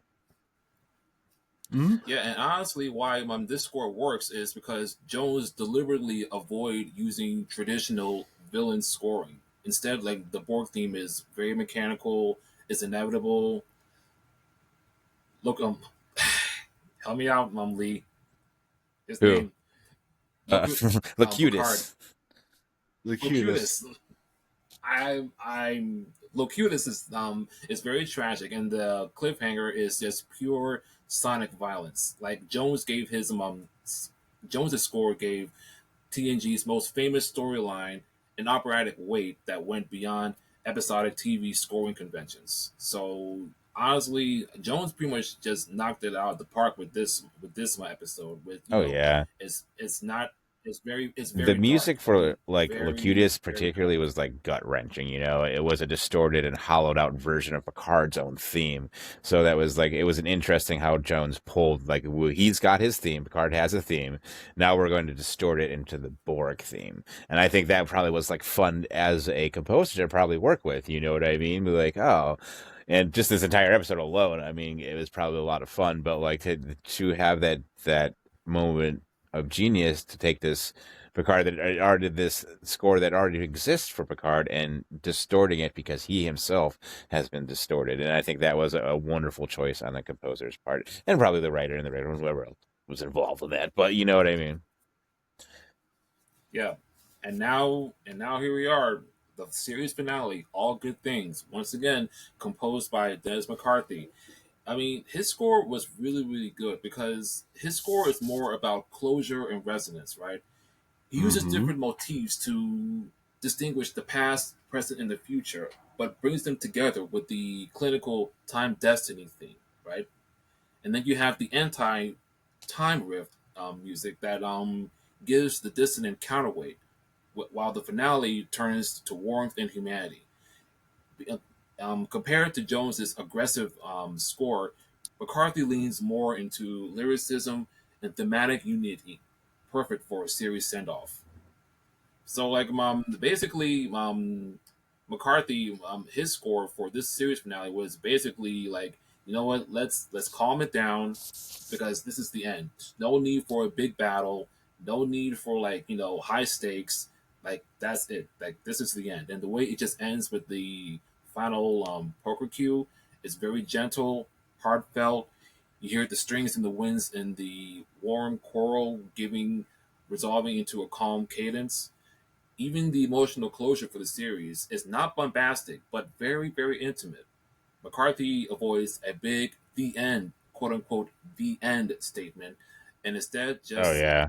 leaves us with quiet Dennis humanity. McCarthy, I mean, brings everything full circle with an emotional flourish that just leaves no dry eye in the house. You know what I mean? It's a nostalgic and reflective score that expertly weaves in a musical cues from the show's past. The music for the future That's what timeline I was. is weary and melancholic, reflecting a life of regrets. But the real magic happens at that final scene, which you were just talking about, is when Picard takes his place at the poker table. The music is no longer grand, and it's warm and bombastic and deeply personal. It's a soft, gentle melody, that resolves all the tension of the series. And I think that's what you're saying is all of these notes that come together that you have from the past, and then you have again with like we were saying with the future, and then you have what the present represents, and honestly, that these actors themselves are leaving these roles. You know what I mean? So how emotional it is for everybody who's worked on this. Ron Jones, Dennis Or McCarthy. so they think. Yeah, well, right. so there you go. Right, good stuff. But yeah, it's great. It's great. I love when music can invoke that emotion that it so rightly deserves. And how you can hear that later on in life and still hold those same emotions because of what that was captured in that moment, and that how your body can remember, your brain and your body working together to remember that emotion through musical stimulant. You know what I mean? And that's pretty cool and amazing stuff to me. Yeah, and I mean, and also like that's why that final line, "the sky's the limit." It just hits you so deeply because it's not just like a real tricky, well, not tricky, not a real clever line, but It is a it's more truth. like a promise, right? And it makes you feel like, and it makes you, and it hits you in your very very soul. And once again, McCarthy killed it with that final moment, though. I mean, so yeah, McCarthy really did a good job with that. And that's pretty much what I got to say about the score for all Yeah, these good stuff. episodes. I mean, like I said, each one hit its nuances. And again, when you really get into the series and you get into the other episodes that can be a little more sci-fi, that can be a little more soap opera-y, a little more foolish, you get those broad spans of what it means to be in an orchestra and performing these scores for these shows and stuff like that. And that's again, I'll probably say it 1,000 times. It's some pretty cool shit, and I really, really enjoy it. And I think that we should go into scoring. Actually, let's score the scores. Actually, that's literally what I was just about to say. So let's do it. I'm going to give this one. I because I don't want to like. I'm going to give it. I'm going to give it shit. I'm going to give it 4.5. Okay, I'm going to give it okay. Okay, and like you, well, not a 4.5, but I'm going to give it a solid 4. Not because it's bad, because I'm not too like knowledgeable on the next generation music like that, but I still enjoyed it. It's just that it didn't hit me as hard because, like I said, I'm just like dipping my toe into this. So once I have maybe one day I'll probably just sit down and listen to the scores by themselves. But from what I've heard so far with this for this episode, I'll give it a solid 4. Okay, Todd, Yeah, I would actually go for 2. 4. I would go with it for All also. right. Well, then Um, we'll end this one, and I'll bring my 4.5 down to a 4 because if what? we get a half over, we'll just drop it down Mm, rather than going higher. Because you can have a half and I can have a half. That can make 1 star. Who knows? And so I'll drop. We'll say this is a 4. All right. okay. Now let's move on to how these, so because the reason that we may have given it was 4 is because am I going out and am I buying this album? There's nothing too memorable for me outside of the theme song itself, which I do listen to on some of my own playlists. I will slip a Star Trek theme song in there. So it's not to say that it doesn't go into the playlist. It's just that that's the only part that goes into a playlist for me. So 4 is why I'm doing that. And so altogether, I would give Star Trek a 4 as well. Yeah. Okay. Yeah. Yep. There are a few episodes that missed the mark that I remember over the years. Like I said, the first season was a bit clunky. Go ahead. Oh, I was just saying that. Well, yeah, 4. Yep, I agree. The score was really, really good, and honestly, it did its job. It had a purpose. The music was supposed to bring the audience in.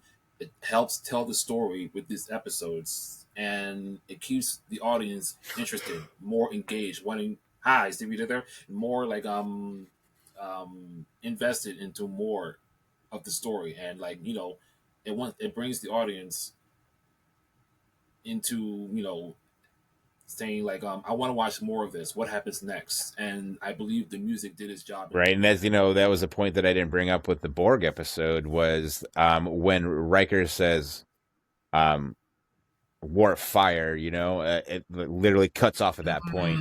That at TV land time at that time period, that was the one that was like the biggest cliffhanger in television at that point. You know what I mean? Like, what's gonna happen?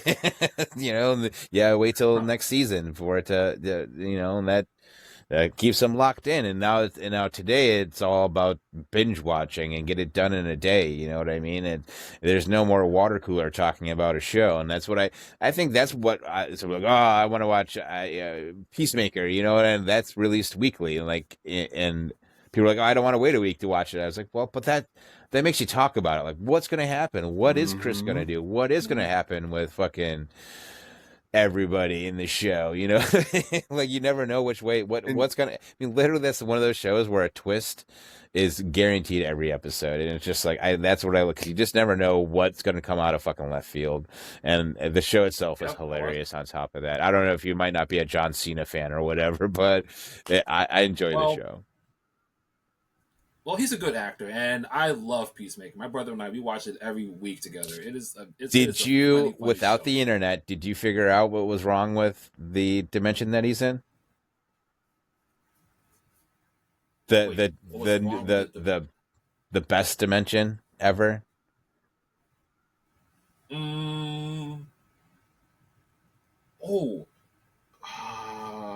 was wrong with it?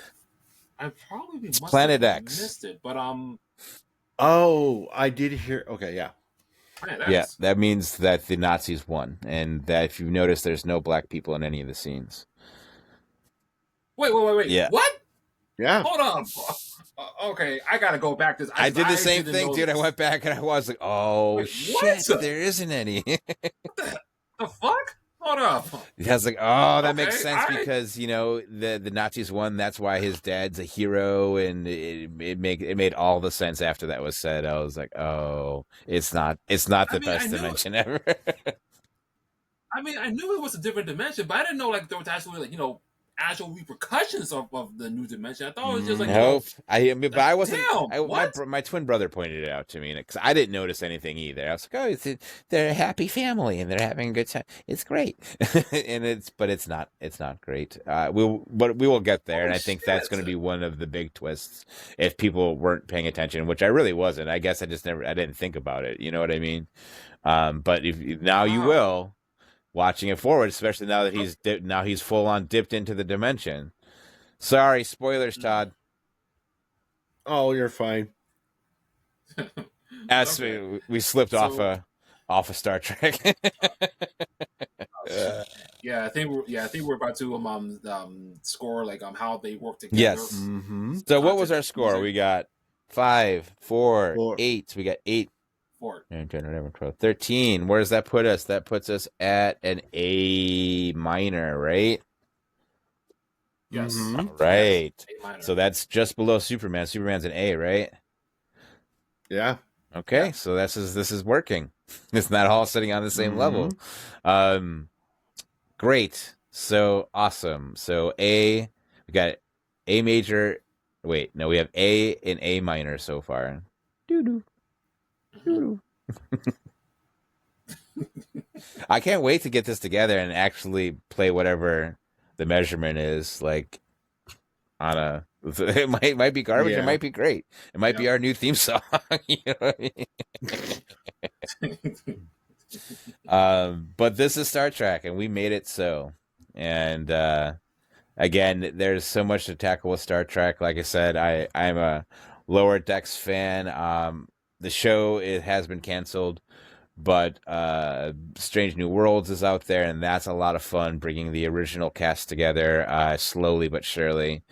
It's a lot of fun adventures. I love that it's still it's got its story arcs, but it's episodic. You know what I mean? And I really enjoy. That's what I loved about Supernatural for a while. That it was episodic, and then it became hugely story arced, and then came back to being episodic, kinda. But it was the original writers had come back, and that they saved the show from where it was going, which was horrible. But I loved it. I mean, I love Star Trek. I love everything about it. I love what Star Trek stands for. It stands for hope. And people are like, oh, well, Star Wars stands for hope. I was like, well, no, they're looking for hope. They don't have any. And they need to find it. Like Star Trek, they're full of hope already. You know what I mean? And they're only trying to expand their knowledge and their understanding of the world that they live in. And also like Universe they live in. Since we have our resident Trekkie here, this will not be our only exploration into Star Trek. Too big of a universe to just do one. Yes, and we will explore more of this. So so Lee, since you are the host, you want to bring it home? Yeah.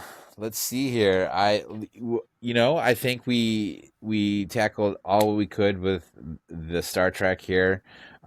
We did fantastically talking about the content of the first, the last, and of kind of middle episode, but a very important one to the story arc. We talked about the scores with Ron Jones and Dennis McCarthy, and who was the third person? No, wait, hold on. No one wants to be the third person. Jay Chataway, which we didn't tackle. I don't think he was in any of the episodes that we talked about, but I'm sure he did wonderful things. Maybe he did more of the lighthearted stuff. Who knows? I think that there's a lot more to discuss, not just in Star Trek, but with us in general. And there's, again, we have our very next episode coming up. Actually, it will be a film that is on Hulu currently. We will have a special guest, Rob Grant III, who plays Cole inside the film. He will be sitting down with us, and we'll be talking about the film Eeny Meeny on Hulu. If you haven't watched it, watch it. It's a fantastic heist film with Samara. Whoa, what's her last name? Weaving. Samara. I want to say Samara Jones, but I'm probably very wrong on that. I didn't write that on my notes because I only care about Rob. I mean, she's not on the show. Rob is, okay? So, so we got that coming up. So, guys, stay tuned. Stay with us. Keep score with us. We absolutely love you. Gang, keep it real. Until next time, ciao. Peace out. Bye.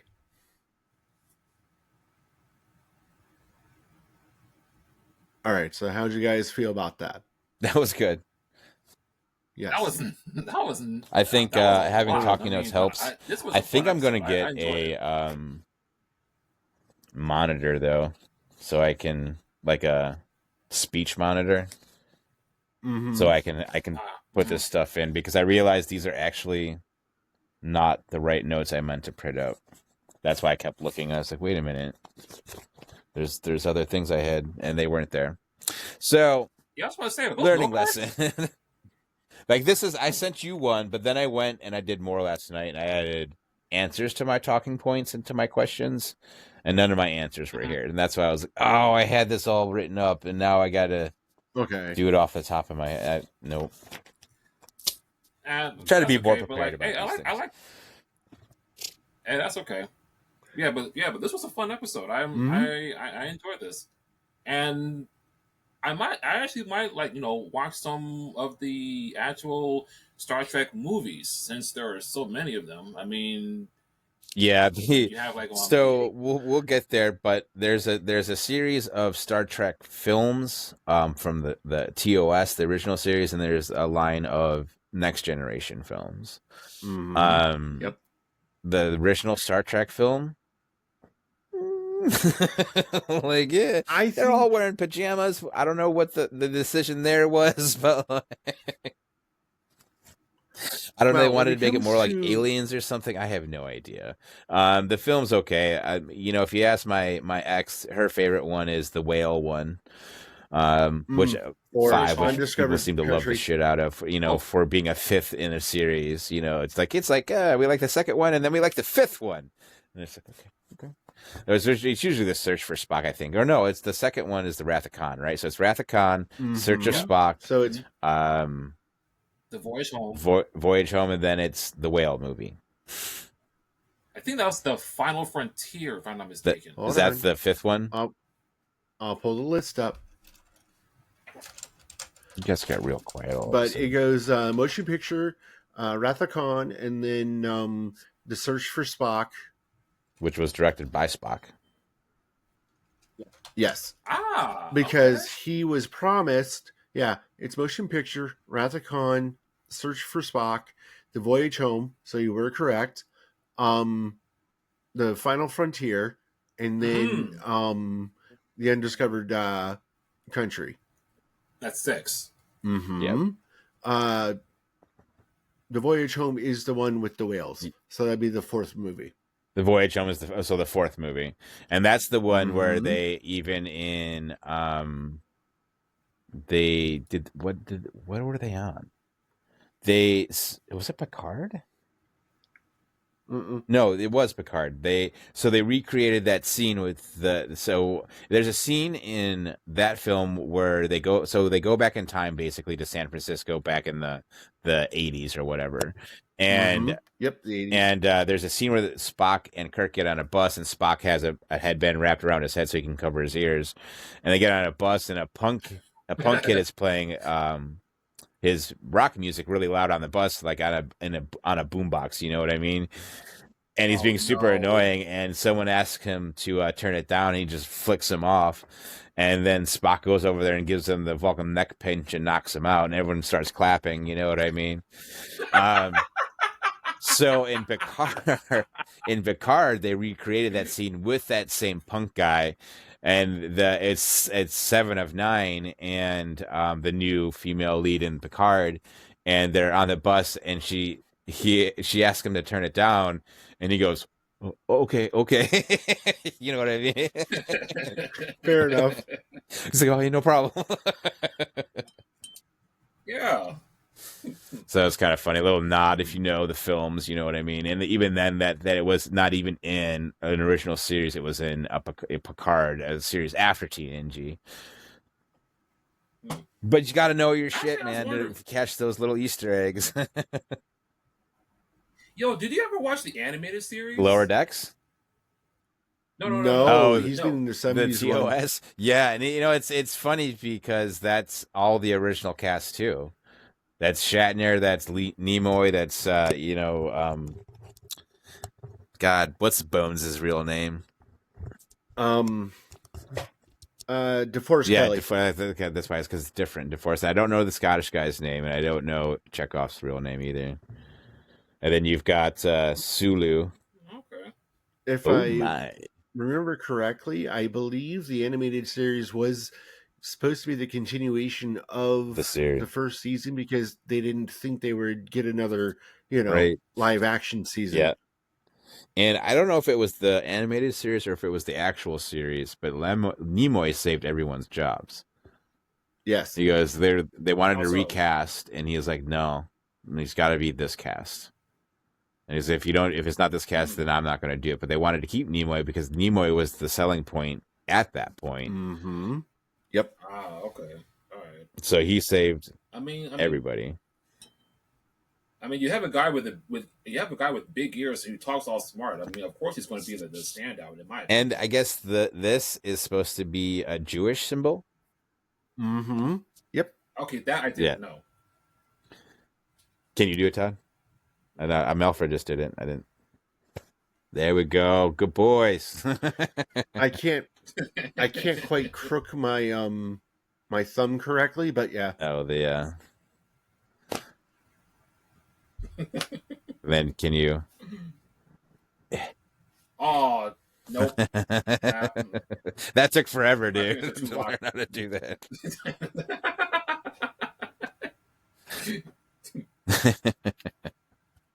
All right, gentlemen.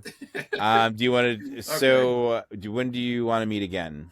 Can we discuss that now so I can set it in my calendar? Okay.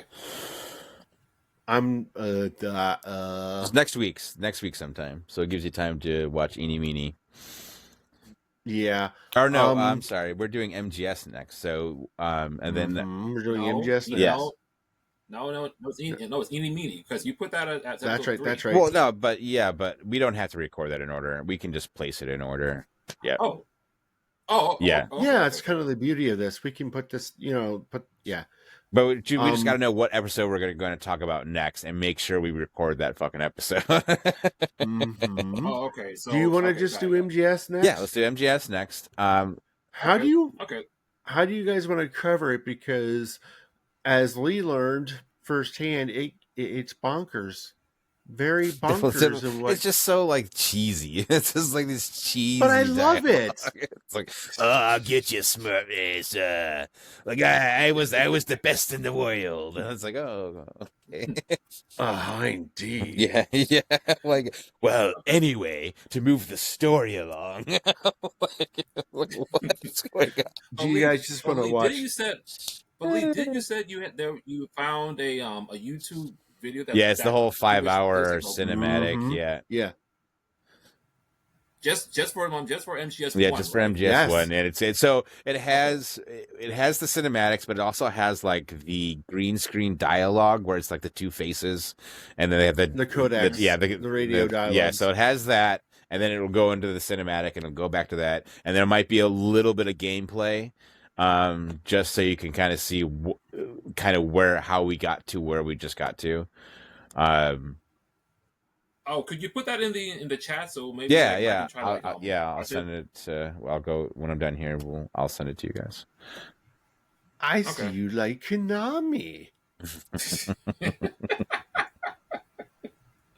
Yeah, but like I said, Todd, I hope you bring that same energy. Absolutely. Star Trek. Do you guys want me to keep creating the AI photos for the episodes? Yes. Sure. Yeah. Those are fun. I like those. You just see all the failed ones. I will. As soon as I can get to my schedule at work, tomorrow morning. That's right. I'm open tomorrow. I will let you know what day should be best recording wise, and we can figure out. So I know that I have Wednesday and Friday off, guaranteed, and then I work Sunday morning, Saturday, Sunday. So this week, Saturday, Sunday, Monday morning, Tuesday evening off, Wednesday, Thursday evening off, Friday.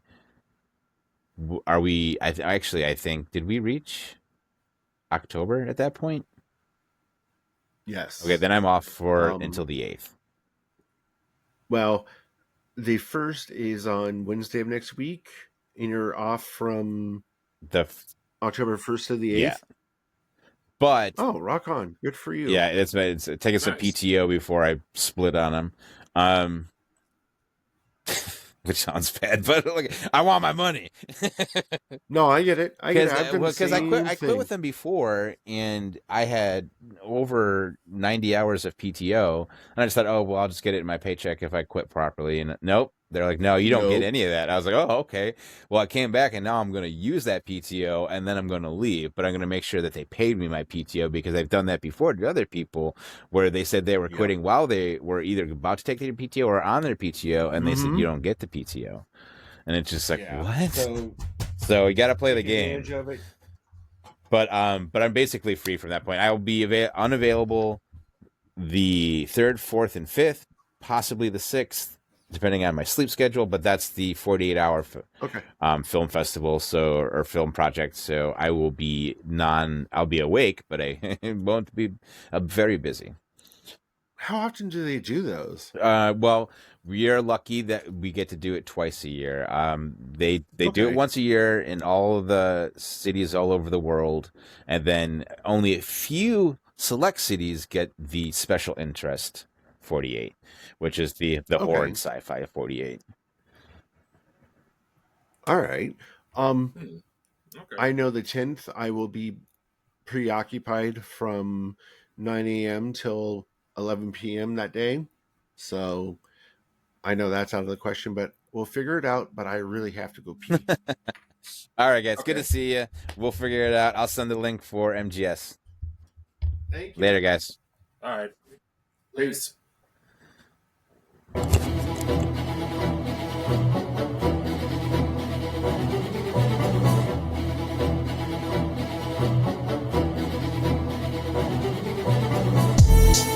Yo, welcome to Score This, the sounds of the scenes that'll send you to orbit, or find houses with thousands of corpses, all par for the course where that white brim and get sorted.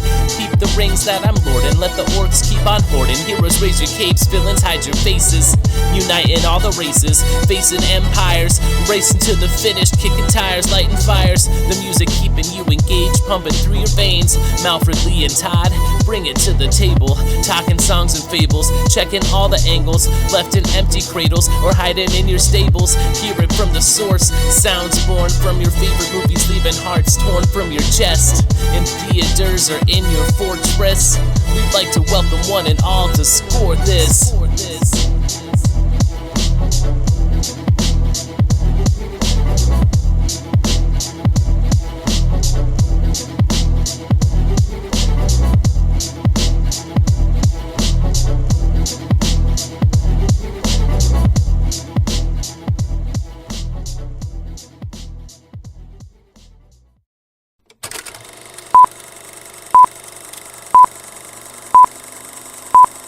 And like it was like a season in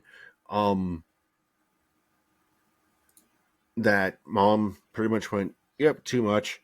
But one of the shows that I actually kind of agree with her now in hindsight, her going, yeah, we're not going to watch this, is honestly The Simpsons. Well, I probably have seen maybe not the full season, but an episode here and there. But my favorite running joke of all time from The Simpsons was Bart's whenever he called Moe's on bar with those phone pranks. Yes, those are actually really good jokes, and they pushed the limit for the censors, even in the beginning. But I think what actually happened is there's an episode in season 3 or 4 where Homer gets stuck in a water slide because he's just too big to go down it. And I think it honestly pissed my dad off because my dad was kind of heavier set like that. Okay. And that's why mom kind of went, maybe we shouldn't watch this anymore. But okay. Yeah. Well, it was funny because there's a podcast that's been going for, almost a decade now called Talking Simpsons. Yo! Okay. I know the podcast, but I don't listen to that. I listen to its other podcast, the What a Cartoon. Yes. I listen to that every single month. I've listened to that for almost 5 years now, ever since. And it's so good. But Henry Gilbert started off with a another crew of people that is like part of one of my favorite groups of podcasters. They it was Kristen Tista, Henry Gilbert, Dave Rudden, Brett Elston, Michael Perez. They all worked at Games Radar. Yeah, Games Radar. And when they got laid off, they're like, you know what? We love doing the podcast for Games Radar. Why don't we just go create our own network? And that's what they did.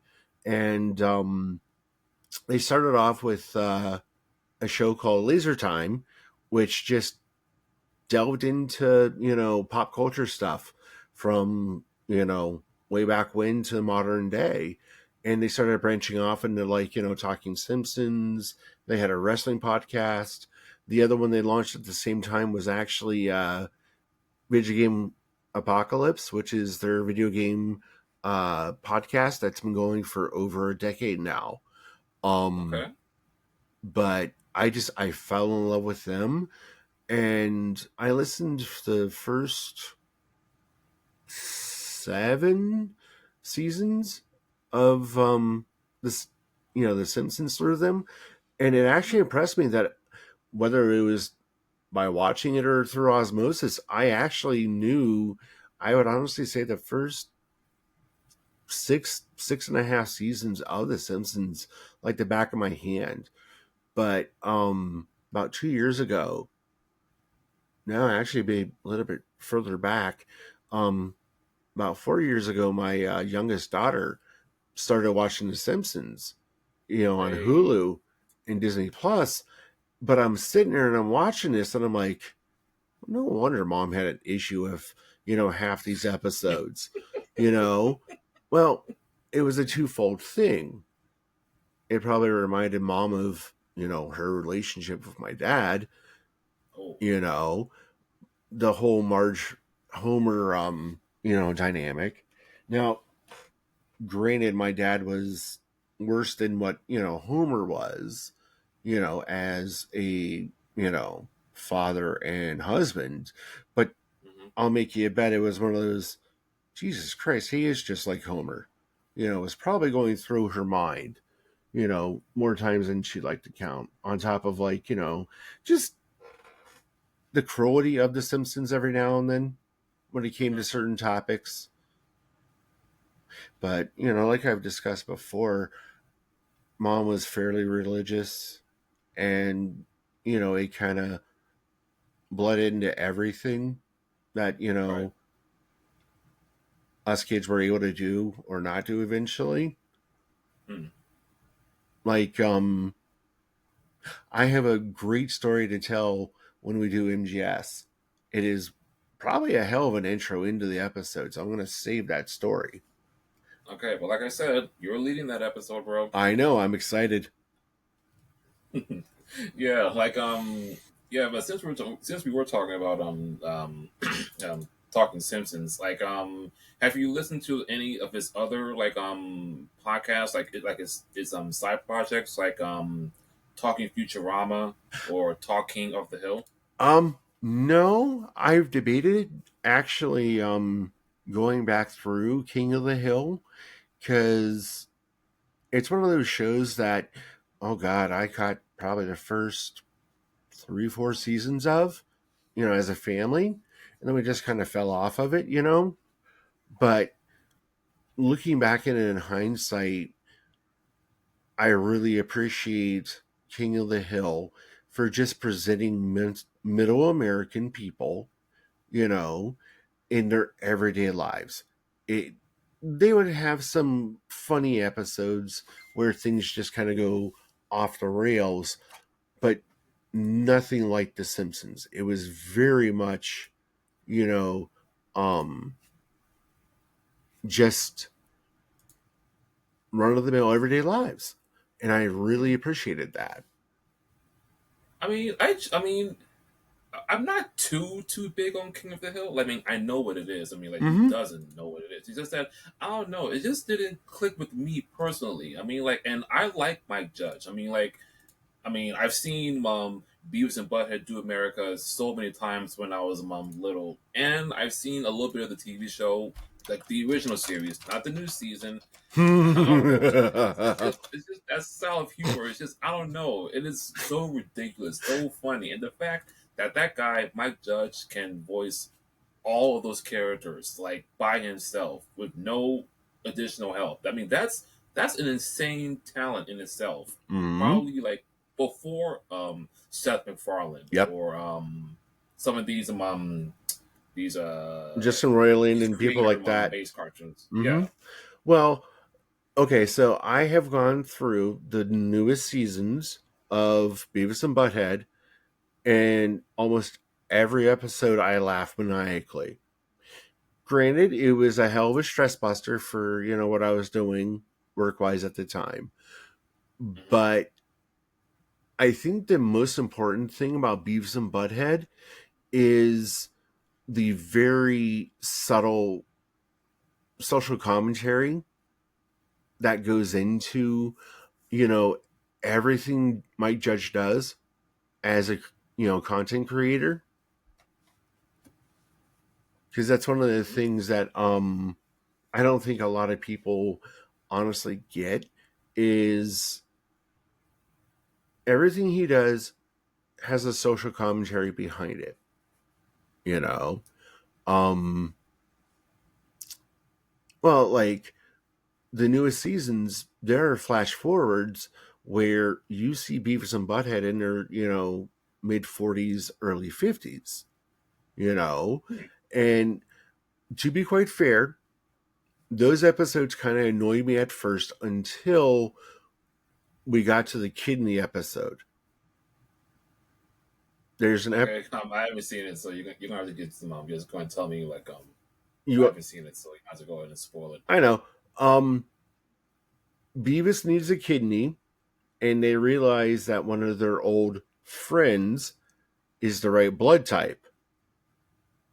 So they convince this guy to give not Beavis, Butthead.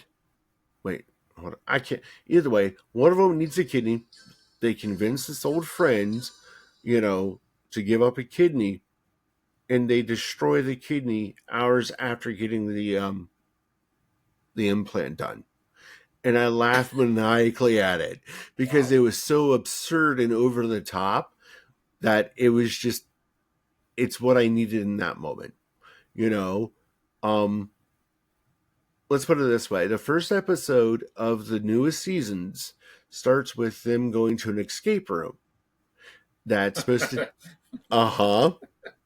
Okay. that it's supposed to be an Egyptian themed escape room. They get locked in the bathroom. Oh, don't tell me throughout the whole episode. I'm not going to tell you other than they get locked in the bathroom. Okay. And it's, if nothing else, if you need something to just break the stress of everyday life, it's more than worth going through, especially if you have any fondness for the original run, because going back and watching the original episodes is rough. Like, it isn't just the animation, it isn't just the audio recording. It's really rough. But if you I'm trying to remember how many seasons did the first run have?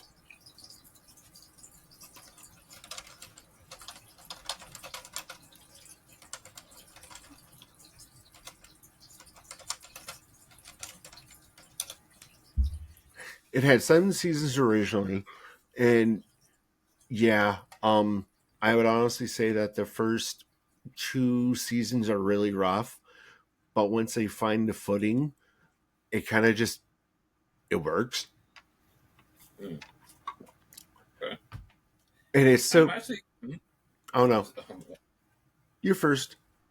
Okay, well, I've kind of actually been going through that myself, but not with Beavis and Butthead specifically. I kind of, I don't know, just randomly, I went back and just checked out episodes of my all-time favorite Adult Swim show, Home Movies. Have you ever seen Home Movies? I've heard of it, but I've never watched it. Trust me, if you get okay, you don't have HBO Max, do you? No, I don't. Okay. It's on YouTube. The whole series is on Mm-hmm. YouTube. If you get a chance, you gotta check out Home Movies, man. It is like my favorite Adult Swim show like ever. It is like so funny. The first season is a little bit of a challenge because it is presented in squiggle vision. Mm-hmm. Yep. So you know where I'm going with it. Yeah. But honestly, just get past the first season and two, because I think there were 4 seasons, and seasons 2, 3, and 4 were all done in Flash. So no more squiggle vision, but it is still so funny. Just some of the episodes alone, the dialogue. I mean, you can just like put it on as background noise. It is like you can just catch a small joke that will just have you in stitches, man. It is like amazing, man. That's what I've heard before, that it's one of those shows that you don't have to visually see it. You can just hear it and, get the gist of what's going on. Because, okay, I got to send him a new link. Invite, copy link. I'll just directly post it into the group chat.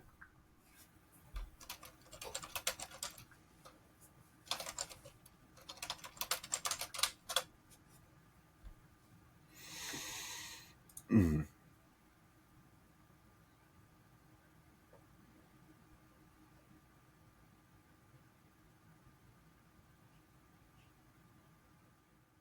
And yes, I even watched the newest Beavis and Butthead movie. Wait, that one's Do the Universe? Yes. Okay, yeah, I've seen that one too. Once, it was funny, but I kind of like him. Go back into it because I don't know. I like Do the Universe, but Do America, in my opinion, it's just much more memorable. Yes. I mean, it's just a simple plot. Beavis and Butthead are trying to find their TV. Along the way, they keep meeting these random characters and get pulled into like a big, first a kidnapping plot, and then all of a sudden it turns into like this kidnapping plot evolves into a save the whole country plot because the kidnappers they I think they stole some kind of like a virus. No, not like a virus, but like a card that could like potentially destroy the country. Yep. It's just ridiculous. I think the only part in the Beavis and Butthead Do the Universe that had me like cracking up was at the very end of the movie when everything is coming together and just it's going bonkers and off the rails. I think that's like the only part. Like, don't get me wrong, I chuckled a few times and I appreciated it for what it was. But yeah, Do America is probably a lot better. Yeah. Like I was talking to a friend of mine about like old adult animated cartoons that's not too big as like you have your Family Guys, your South Parks, your Simpsons. But like we were talking about shows like do you remember a show called Baby Blues? I know the name, but I've never actually watched it.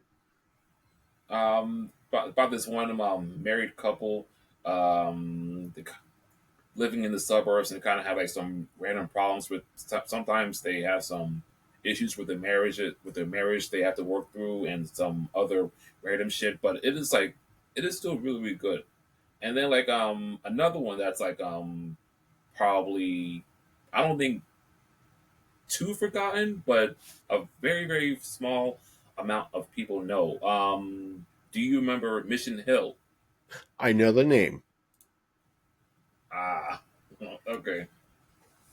To me, another good animated show. The animation in that cartoon was like very wild and unique and very bright with lots and lots of I think there were neon colors but it was a very, very bright cartoon, but very, very funny.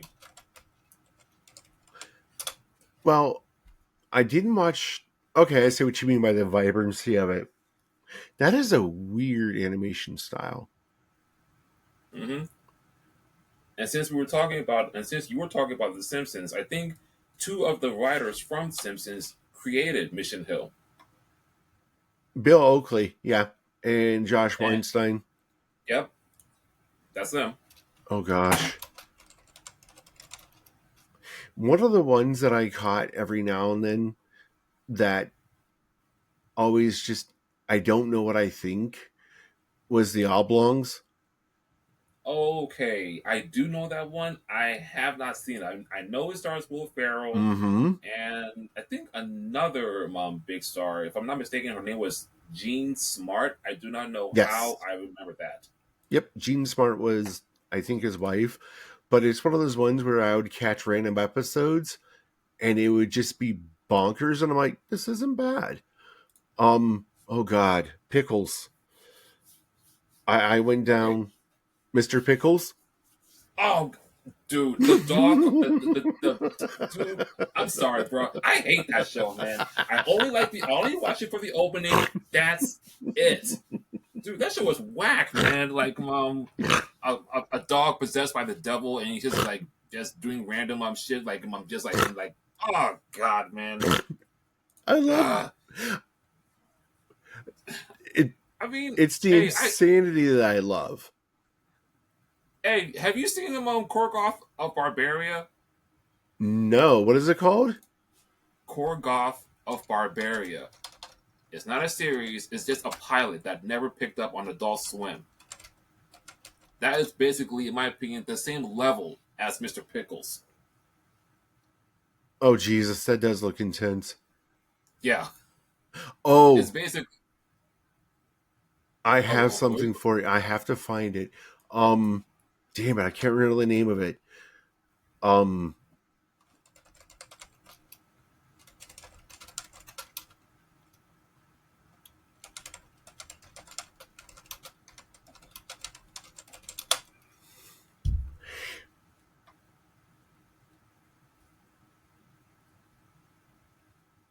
Oh Lord, this is insane, and I love it.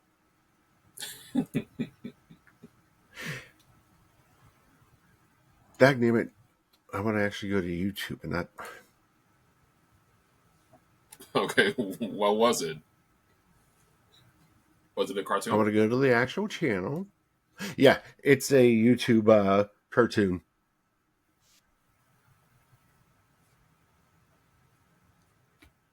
Everything they do is batshit insane on this channel.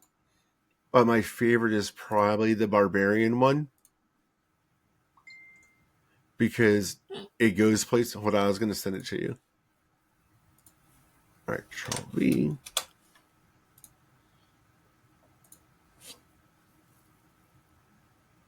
Weird. All right, so Lee says that the link is still invalid. Damn. Here, let me go back into Facebook. Close out of that. All right, so we're going to invite, and then I'm going to copy a link. I'm going to straight up post this.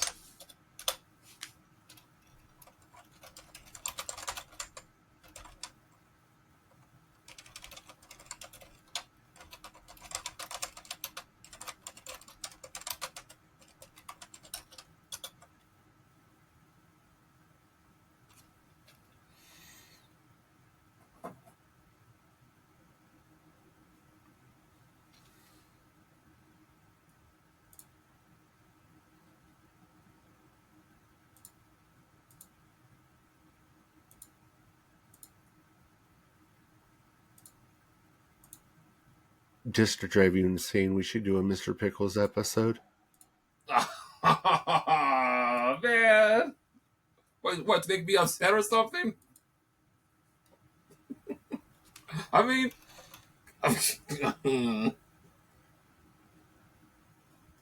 That animation is it's just oh bro, man, it's just too much, man. It's just like Who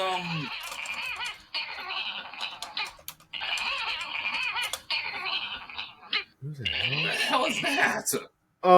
That would be Beavis and Butthead laughing like Oh, Woody the Woodpecker as my ringtone on my phone. are you serious? I've had that as my ringtone for almost 3 months now. But anyway, while I was talking about Mr. Pickles, that is animation like that can really drive me nuts, man. It's the reason why I couldn't get into um that Flapjack cartoon on Cartoon Network. Oh God. Yeah. Like I Yeah. was fine with the first few episodes, but once they went into the city and showed the citizens and how they looked, I was like, you know what? I can't do this. I'm out. I can't do this. I mean, there were certain like cartoons with really good animation that I can like watch like no problem, like Gumball. Yep. Oh God, I Um, love Gumball. And I love the variety of animation and yes, Gumball. Gumball is probably one of the best cartoons in the last 20 years of television, in my opinion. mhm. Gravity Falls. Yes. Oh God, I love Gravity Falls. Um, I know it's dumb, but I can hear the theme song every now and then, and tears Bro, just pop into my it is eyes. so good, man. Mm-hmm. Okay, I don't know how you feel about this one, but what's your take on regular show? Okay. Uh-oh. I like certain parts of it, Mm-hmm. but it comes off as very, I don't know how to put it. Juvenile. No, it comes off as mean and cruel sometimes, in my opinion. Mm. The way the raccoon treats Mordecai, You mean Rigby? yeah. The way they interact with each other is very cruel towards each other sometimes, and it kind of gets under my skin just because I had toxic friendships like that as a kid, Mm-hmm. so it just kind of but there are a few episodes that caught me by surprise, and honestly, wow, maybe sad and or tear up. Hey, it can get real sometimes. And you know what? I think honestly, animation can do that a lot more than sometimes live action shows, as weird as that may sound. Yes. There's something about it's disarming. It doesn't matter if you're watching The Simpsons, doesn't matter if you're watching whatever.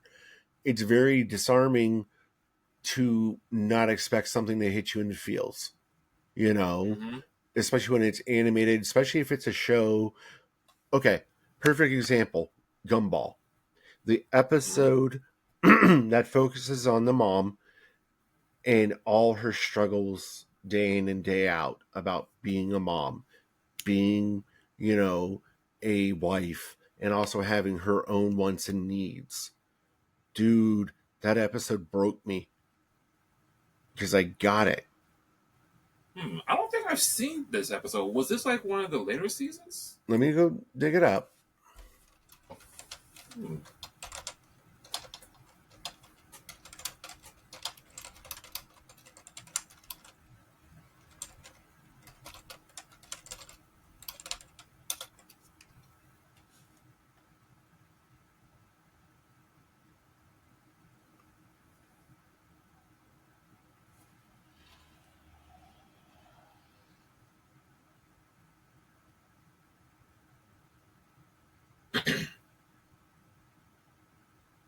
Trying to find it. But it was a very somber episode. But Gumball actually hits you in the feels quite a few times out of the blue, you know. Hmm. Well, actually the T-Rex, when you learn about the T-Rex, Oh, Tina. that actually broke my freaking heart. I'm like, "Oh God." You know? Wait a minute. Is it the episode where Gumball, Darwin, and Anais try to go get her doll back from Tina? Mm-hmm. I think so. Oh, and then okay, No. There's an episode literally just about the mom. Hold on, I gotta figure out the right words.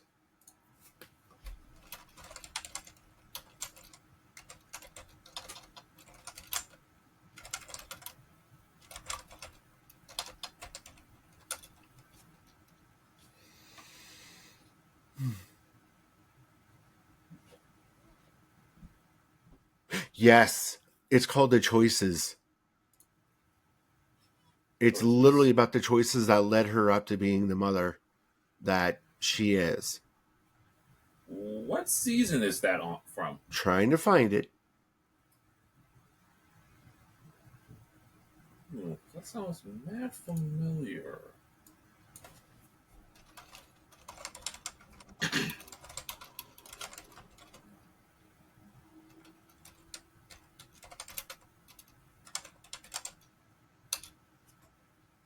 Season 5, episode 6. Okay. All right. There you are.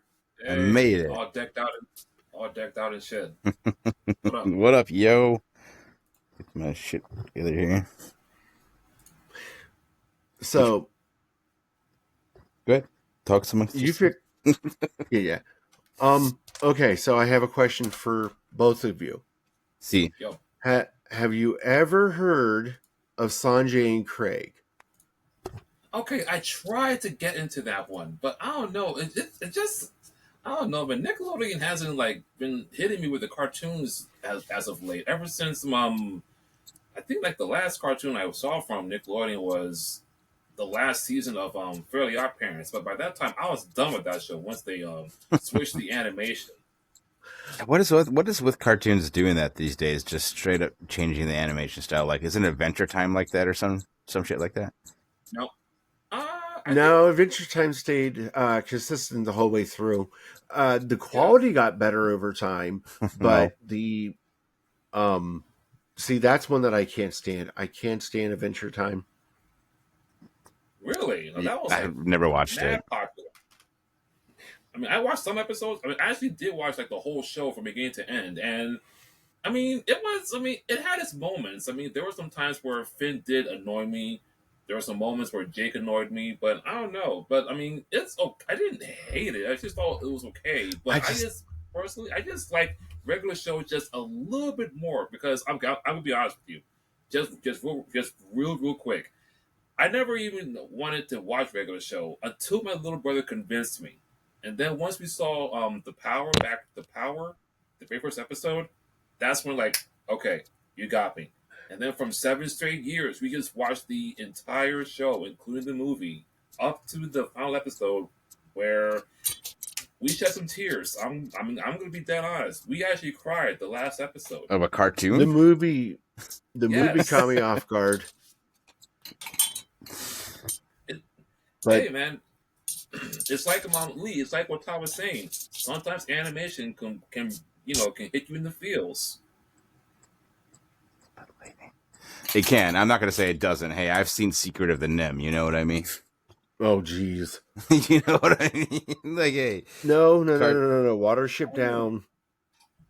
What? No. Dude, I've never seen it. I just saw like the trailer alone. I was like, you know what? I'm good. I don't need to see that. The Velveteen Rabbit. Velveteen Rabbit's a good one too. Not good. That. Yep. We should do cartoons that made me cry. But Sanjay and Craig, it's one of those ones that my daughter Emily found, and I am the one who got hooked because it is insane. I love it. What is it, Sanjay and Craig? Yes, it is about an Indian American boy who adopts a talking snake from a pet shop, and the adventures they go on. Okay. And I'm assuming Sanjay is the only one who can talk to Craig. Who understands him. It's kind of up in the air because every now and then the mother or like someone will say something, and it's like they're having a dialogue. It might just be a Calvin and Hobbes kind of thing, but you're never quite sure. Hold on, let me see if I can dig something up. Okay. But it's one of those shows that it went places, and by places they covered everything from poop knives to meeting your heroes, which means a very redneck action movie star. Okay. That's doing anything. Is that lightning in my face? There was one Nicktoon that kind of got me curious and checking out. I just missed it. Victor and Valentino. You familiar with that one? I am not. Okay, from what I remember, it's about these two Mexican boys. I believe they go down to Ecuador or somewhere in the south, and they deal with their Hispanic culture. And for some strange reason, sometimes some supernatural shit be happening to them. But I tried to catch it, but I always miss it for some reason. Now I think the show is over. So so lately Nickelodeon has been it's either been a hit or miss for me. I haven't had cable in 25 years? Say chemo? No, cable. Oh, that's a good. I'm glad you haven't had chemo in 20 plus years.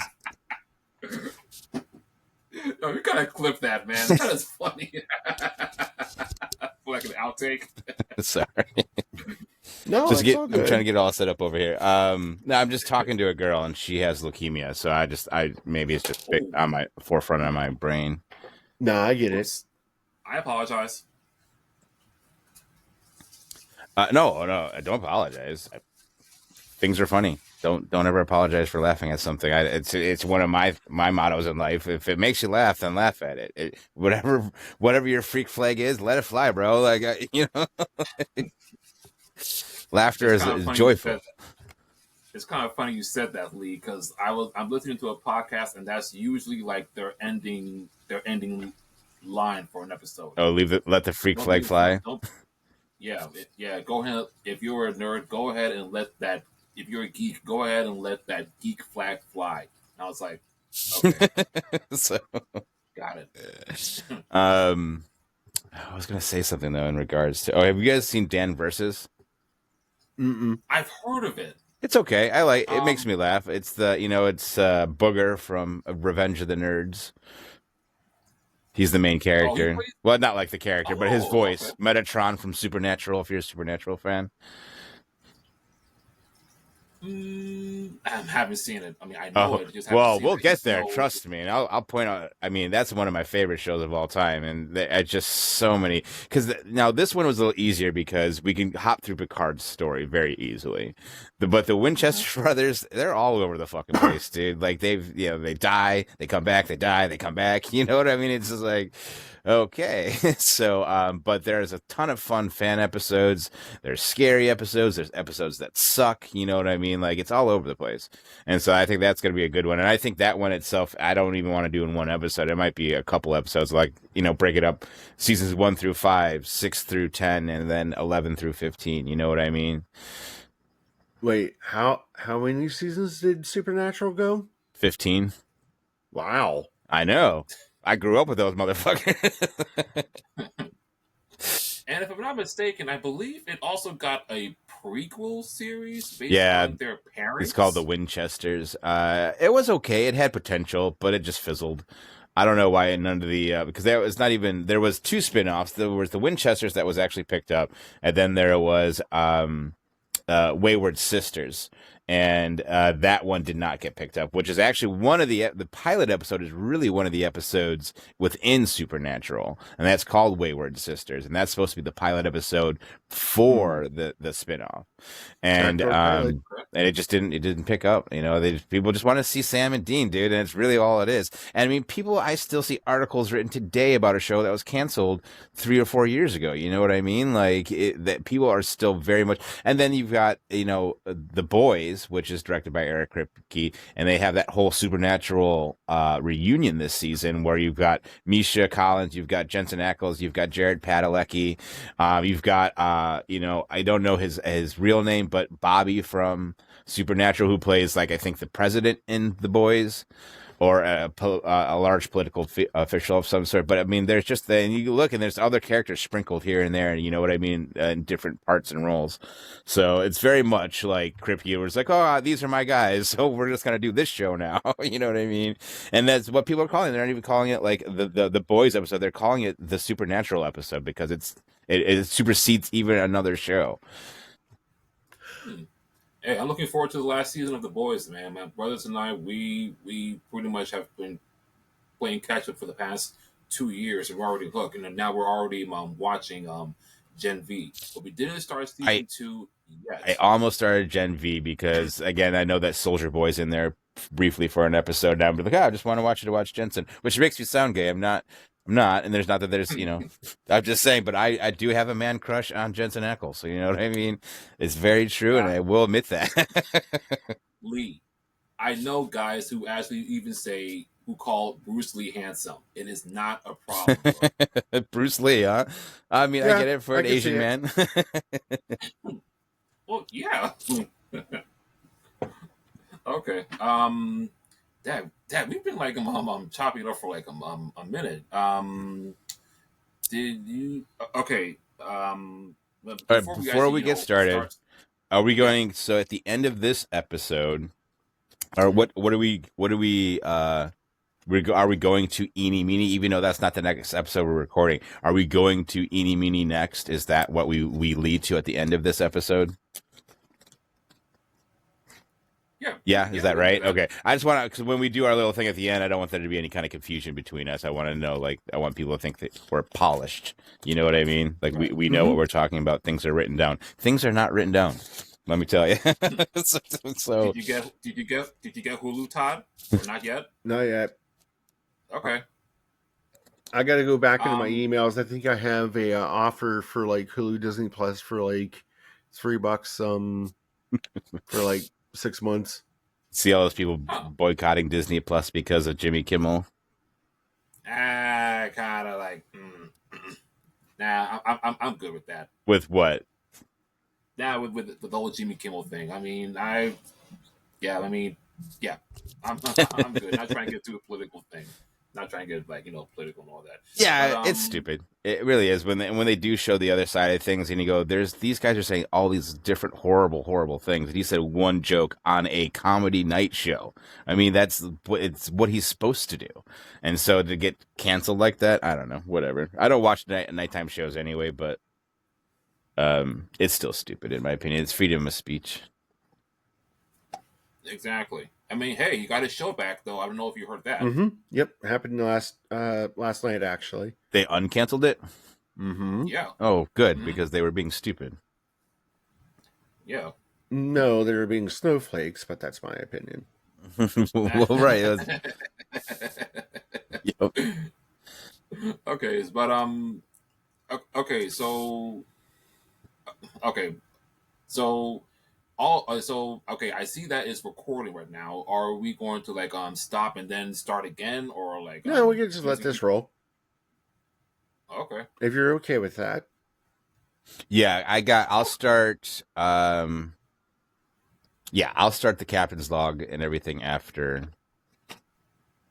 Okay, so the credits. but where did you want where did you want the theme song to go? Did you want it to go at the beginning of the episode or after No, I think our formula was this pre-banter where we kind of are just, hey, we're sitting down, we're just talking about whatever. Here's our true thoughts, if and then credits will roll and we will start the show.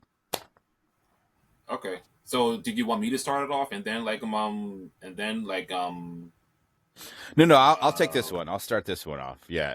okay, Yeah. okay, okay. And I think that even how I kind of wrote it here was that Mhm.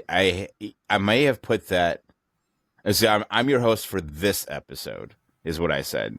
And so then Lee McLaughlin and joining me today are my co-hosts as always, Melfred Davies and Todd Masora. And then go into the further things. But I noted to make sure that I didn't say Okay. I'm the host of the show. I said I'm hosting this episode, and that'll be the same for Okay. Todd when he does MSG and anyone who has the particular straighter passion more towards a project. Like, there might be a project that where all three of us love it, and then we'll just kind of decide who does it at that point. You know what I mean? Like, 'cause I Right. feel like Okay. we do have films that sit on equal levels. We just didn't hit them on the list together, but I'm sure they're out there in the world, and we'll have plenty of time to discover those things. Okay. Cool. All right. Do any of us need to use a restroom or anything before we start? Yeah. Give me 1 second. You just had to say that, didn't you, Todd? Just Hey, real quick. I figured since Okay. I kind of have to go myself, I thought I'd ask. Do you need No, a minute yeah, or two? we might be here a while. All right. Okay. Okay. I guess we'll all Just go real quick. then. All right. Hey, gang, if you're at home, take a pee break, okay? It's gonna be a banger.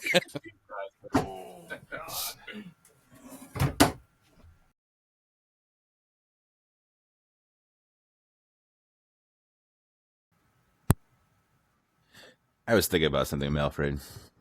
Yo. If we ever became really popular to where this could be a full-time gig, would we still do it where we sit separately, or would we try to find a way to sit all together? I mean, okay. Just last year, I drove 3 hours to Detroit, Michigan by myself for a show. I wouldn't mind I'm driving I believe it's like 2 hours from here to Yeah, Cleveland. it is. It's about, I mean, from my house to Columbus, it's about 2 hours, 15, 20. Oh, well, that's nothing. I can do that, no problem. I mean, I don't know if that's where Todd lives. Yeah, isn't he in Columbus as well? That I don't know. No, I thought he was in I mean, Columbus as well. Well, that's no, me. I mean yeah, I mean, but yeah, I would not mind meeting up in person. Oh, well, I think that the only thing that would change is maybe we would be able to play off each other a little better without feeling like we're cutting each other off. You know what I mean? Because we're all sitting in a room having a conversation. And I think when we record like this, sometimes we feel like we're cutting each other off just because we literally are. You know what I mean? So, well, when you were sitting in a room together, it's a little easier to have that back and forth conversation because you don't feel like you could see in the inflections in the body type that you're going to be your moment to speak in just a moment. You know what I mean? Rather than it's just kind of like watching and waiting for the conversation to end to slip in. You know what I mean? And I feel like that's very Fight Club. Like, oh, you're just waiting for your moment to talk. You know, you're not really listening to the conversation. I don't mean that either. You know what I mean? I don't have the lines loaded and weighted. That's why I often just speak when I speak because it is just off the top of my head. And if I don't say it, then I will forget it. You know what I mean? Yeah, I hear you. But yeah, I mean, I would not. Like I said, I would be down to meet up and do this in person. And honestly, it's like you said, it's more like a natural feel. And you know, in my opinion, the quality, the sound quality, will be a little bit better with all of us in the same room. You know. Oh yeah, I I mean, I'm not got saying that. a real podcast microphone, and I just can't use it because I can't connect it to my phone. But it's I mean, it's nice. I mean, it picks up gosh darn everything. Like I'll be like, I can like literally be on the other side of my house talking and playing a video game because that's what I use it for is gaming currently, and they can hear me. I'm like, that's insane, like insane, like, and so when you're up close to it, it's getting every bit of your sound, and it gets a lot deeper. You know what I mean? It's like, and then that's me covering my you can't. What's wrong with it? But I'm like, this is how I get the better voice. You know what I mean? Right here, it's like it talks like this. Yeah. So cool. Did you go over the notes? Yeah. Mm-hmm. Cool. Yeah, I think those were good standing points for those particular episodes. I had gone back and watched them a couple of times. I had actually skipped over the Borg episode and watched the beginning and the end episode, and then just watched the Borg episode last night. And then there's a point where I turned my back to it and was just listening to it. And you're right. The score in the Borg one, I knew what was happening. I mean, I can hear the dialogue as well, but I knew what was happening because of how the music was. Well, we'll get there, but I'm just saying it was a good episode to pick. It's also a crucial moment for Picard's story arc as well. Yep. Okay, but real quick, Todd, I don't know if I asked you already, but where in Columbus are you located from? Oh, I'm not in Columbus. I'm over in Orville, up near Akron, Canton. Oh, okay. That's where that's the girl I'm talking to. She's in Akron, Canton area. Oh, okay.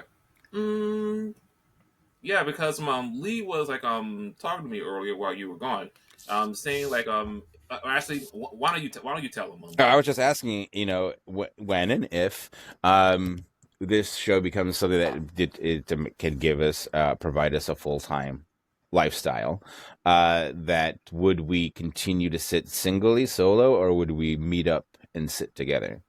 Well, it all depends on where we're at. Like, right. I'm in Orville. You're in Cleveland, just say.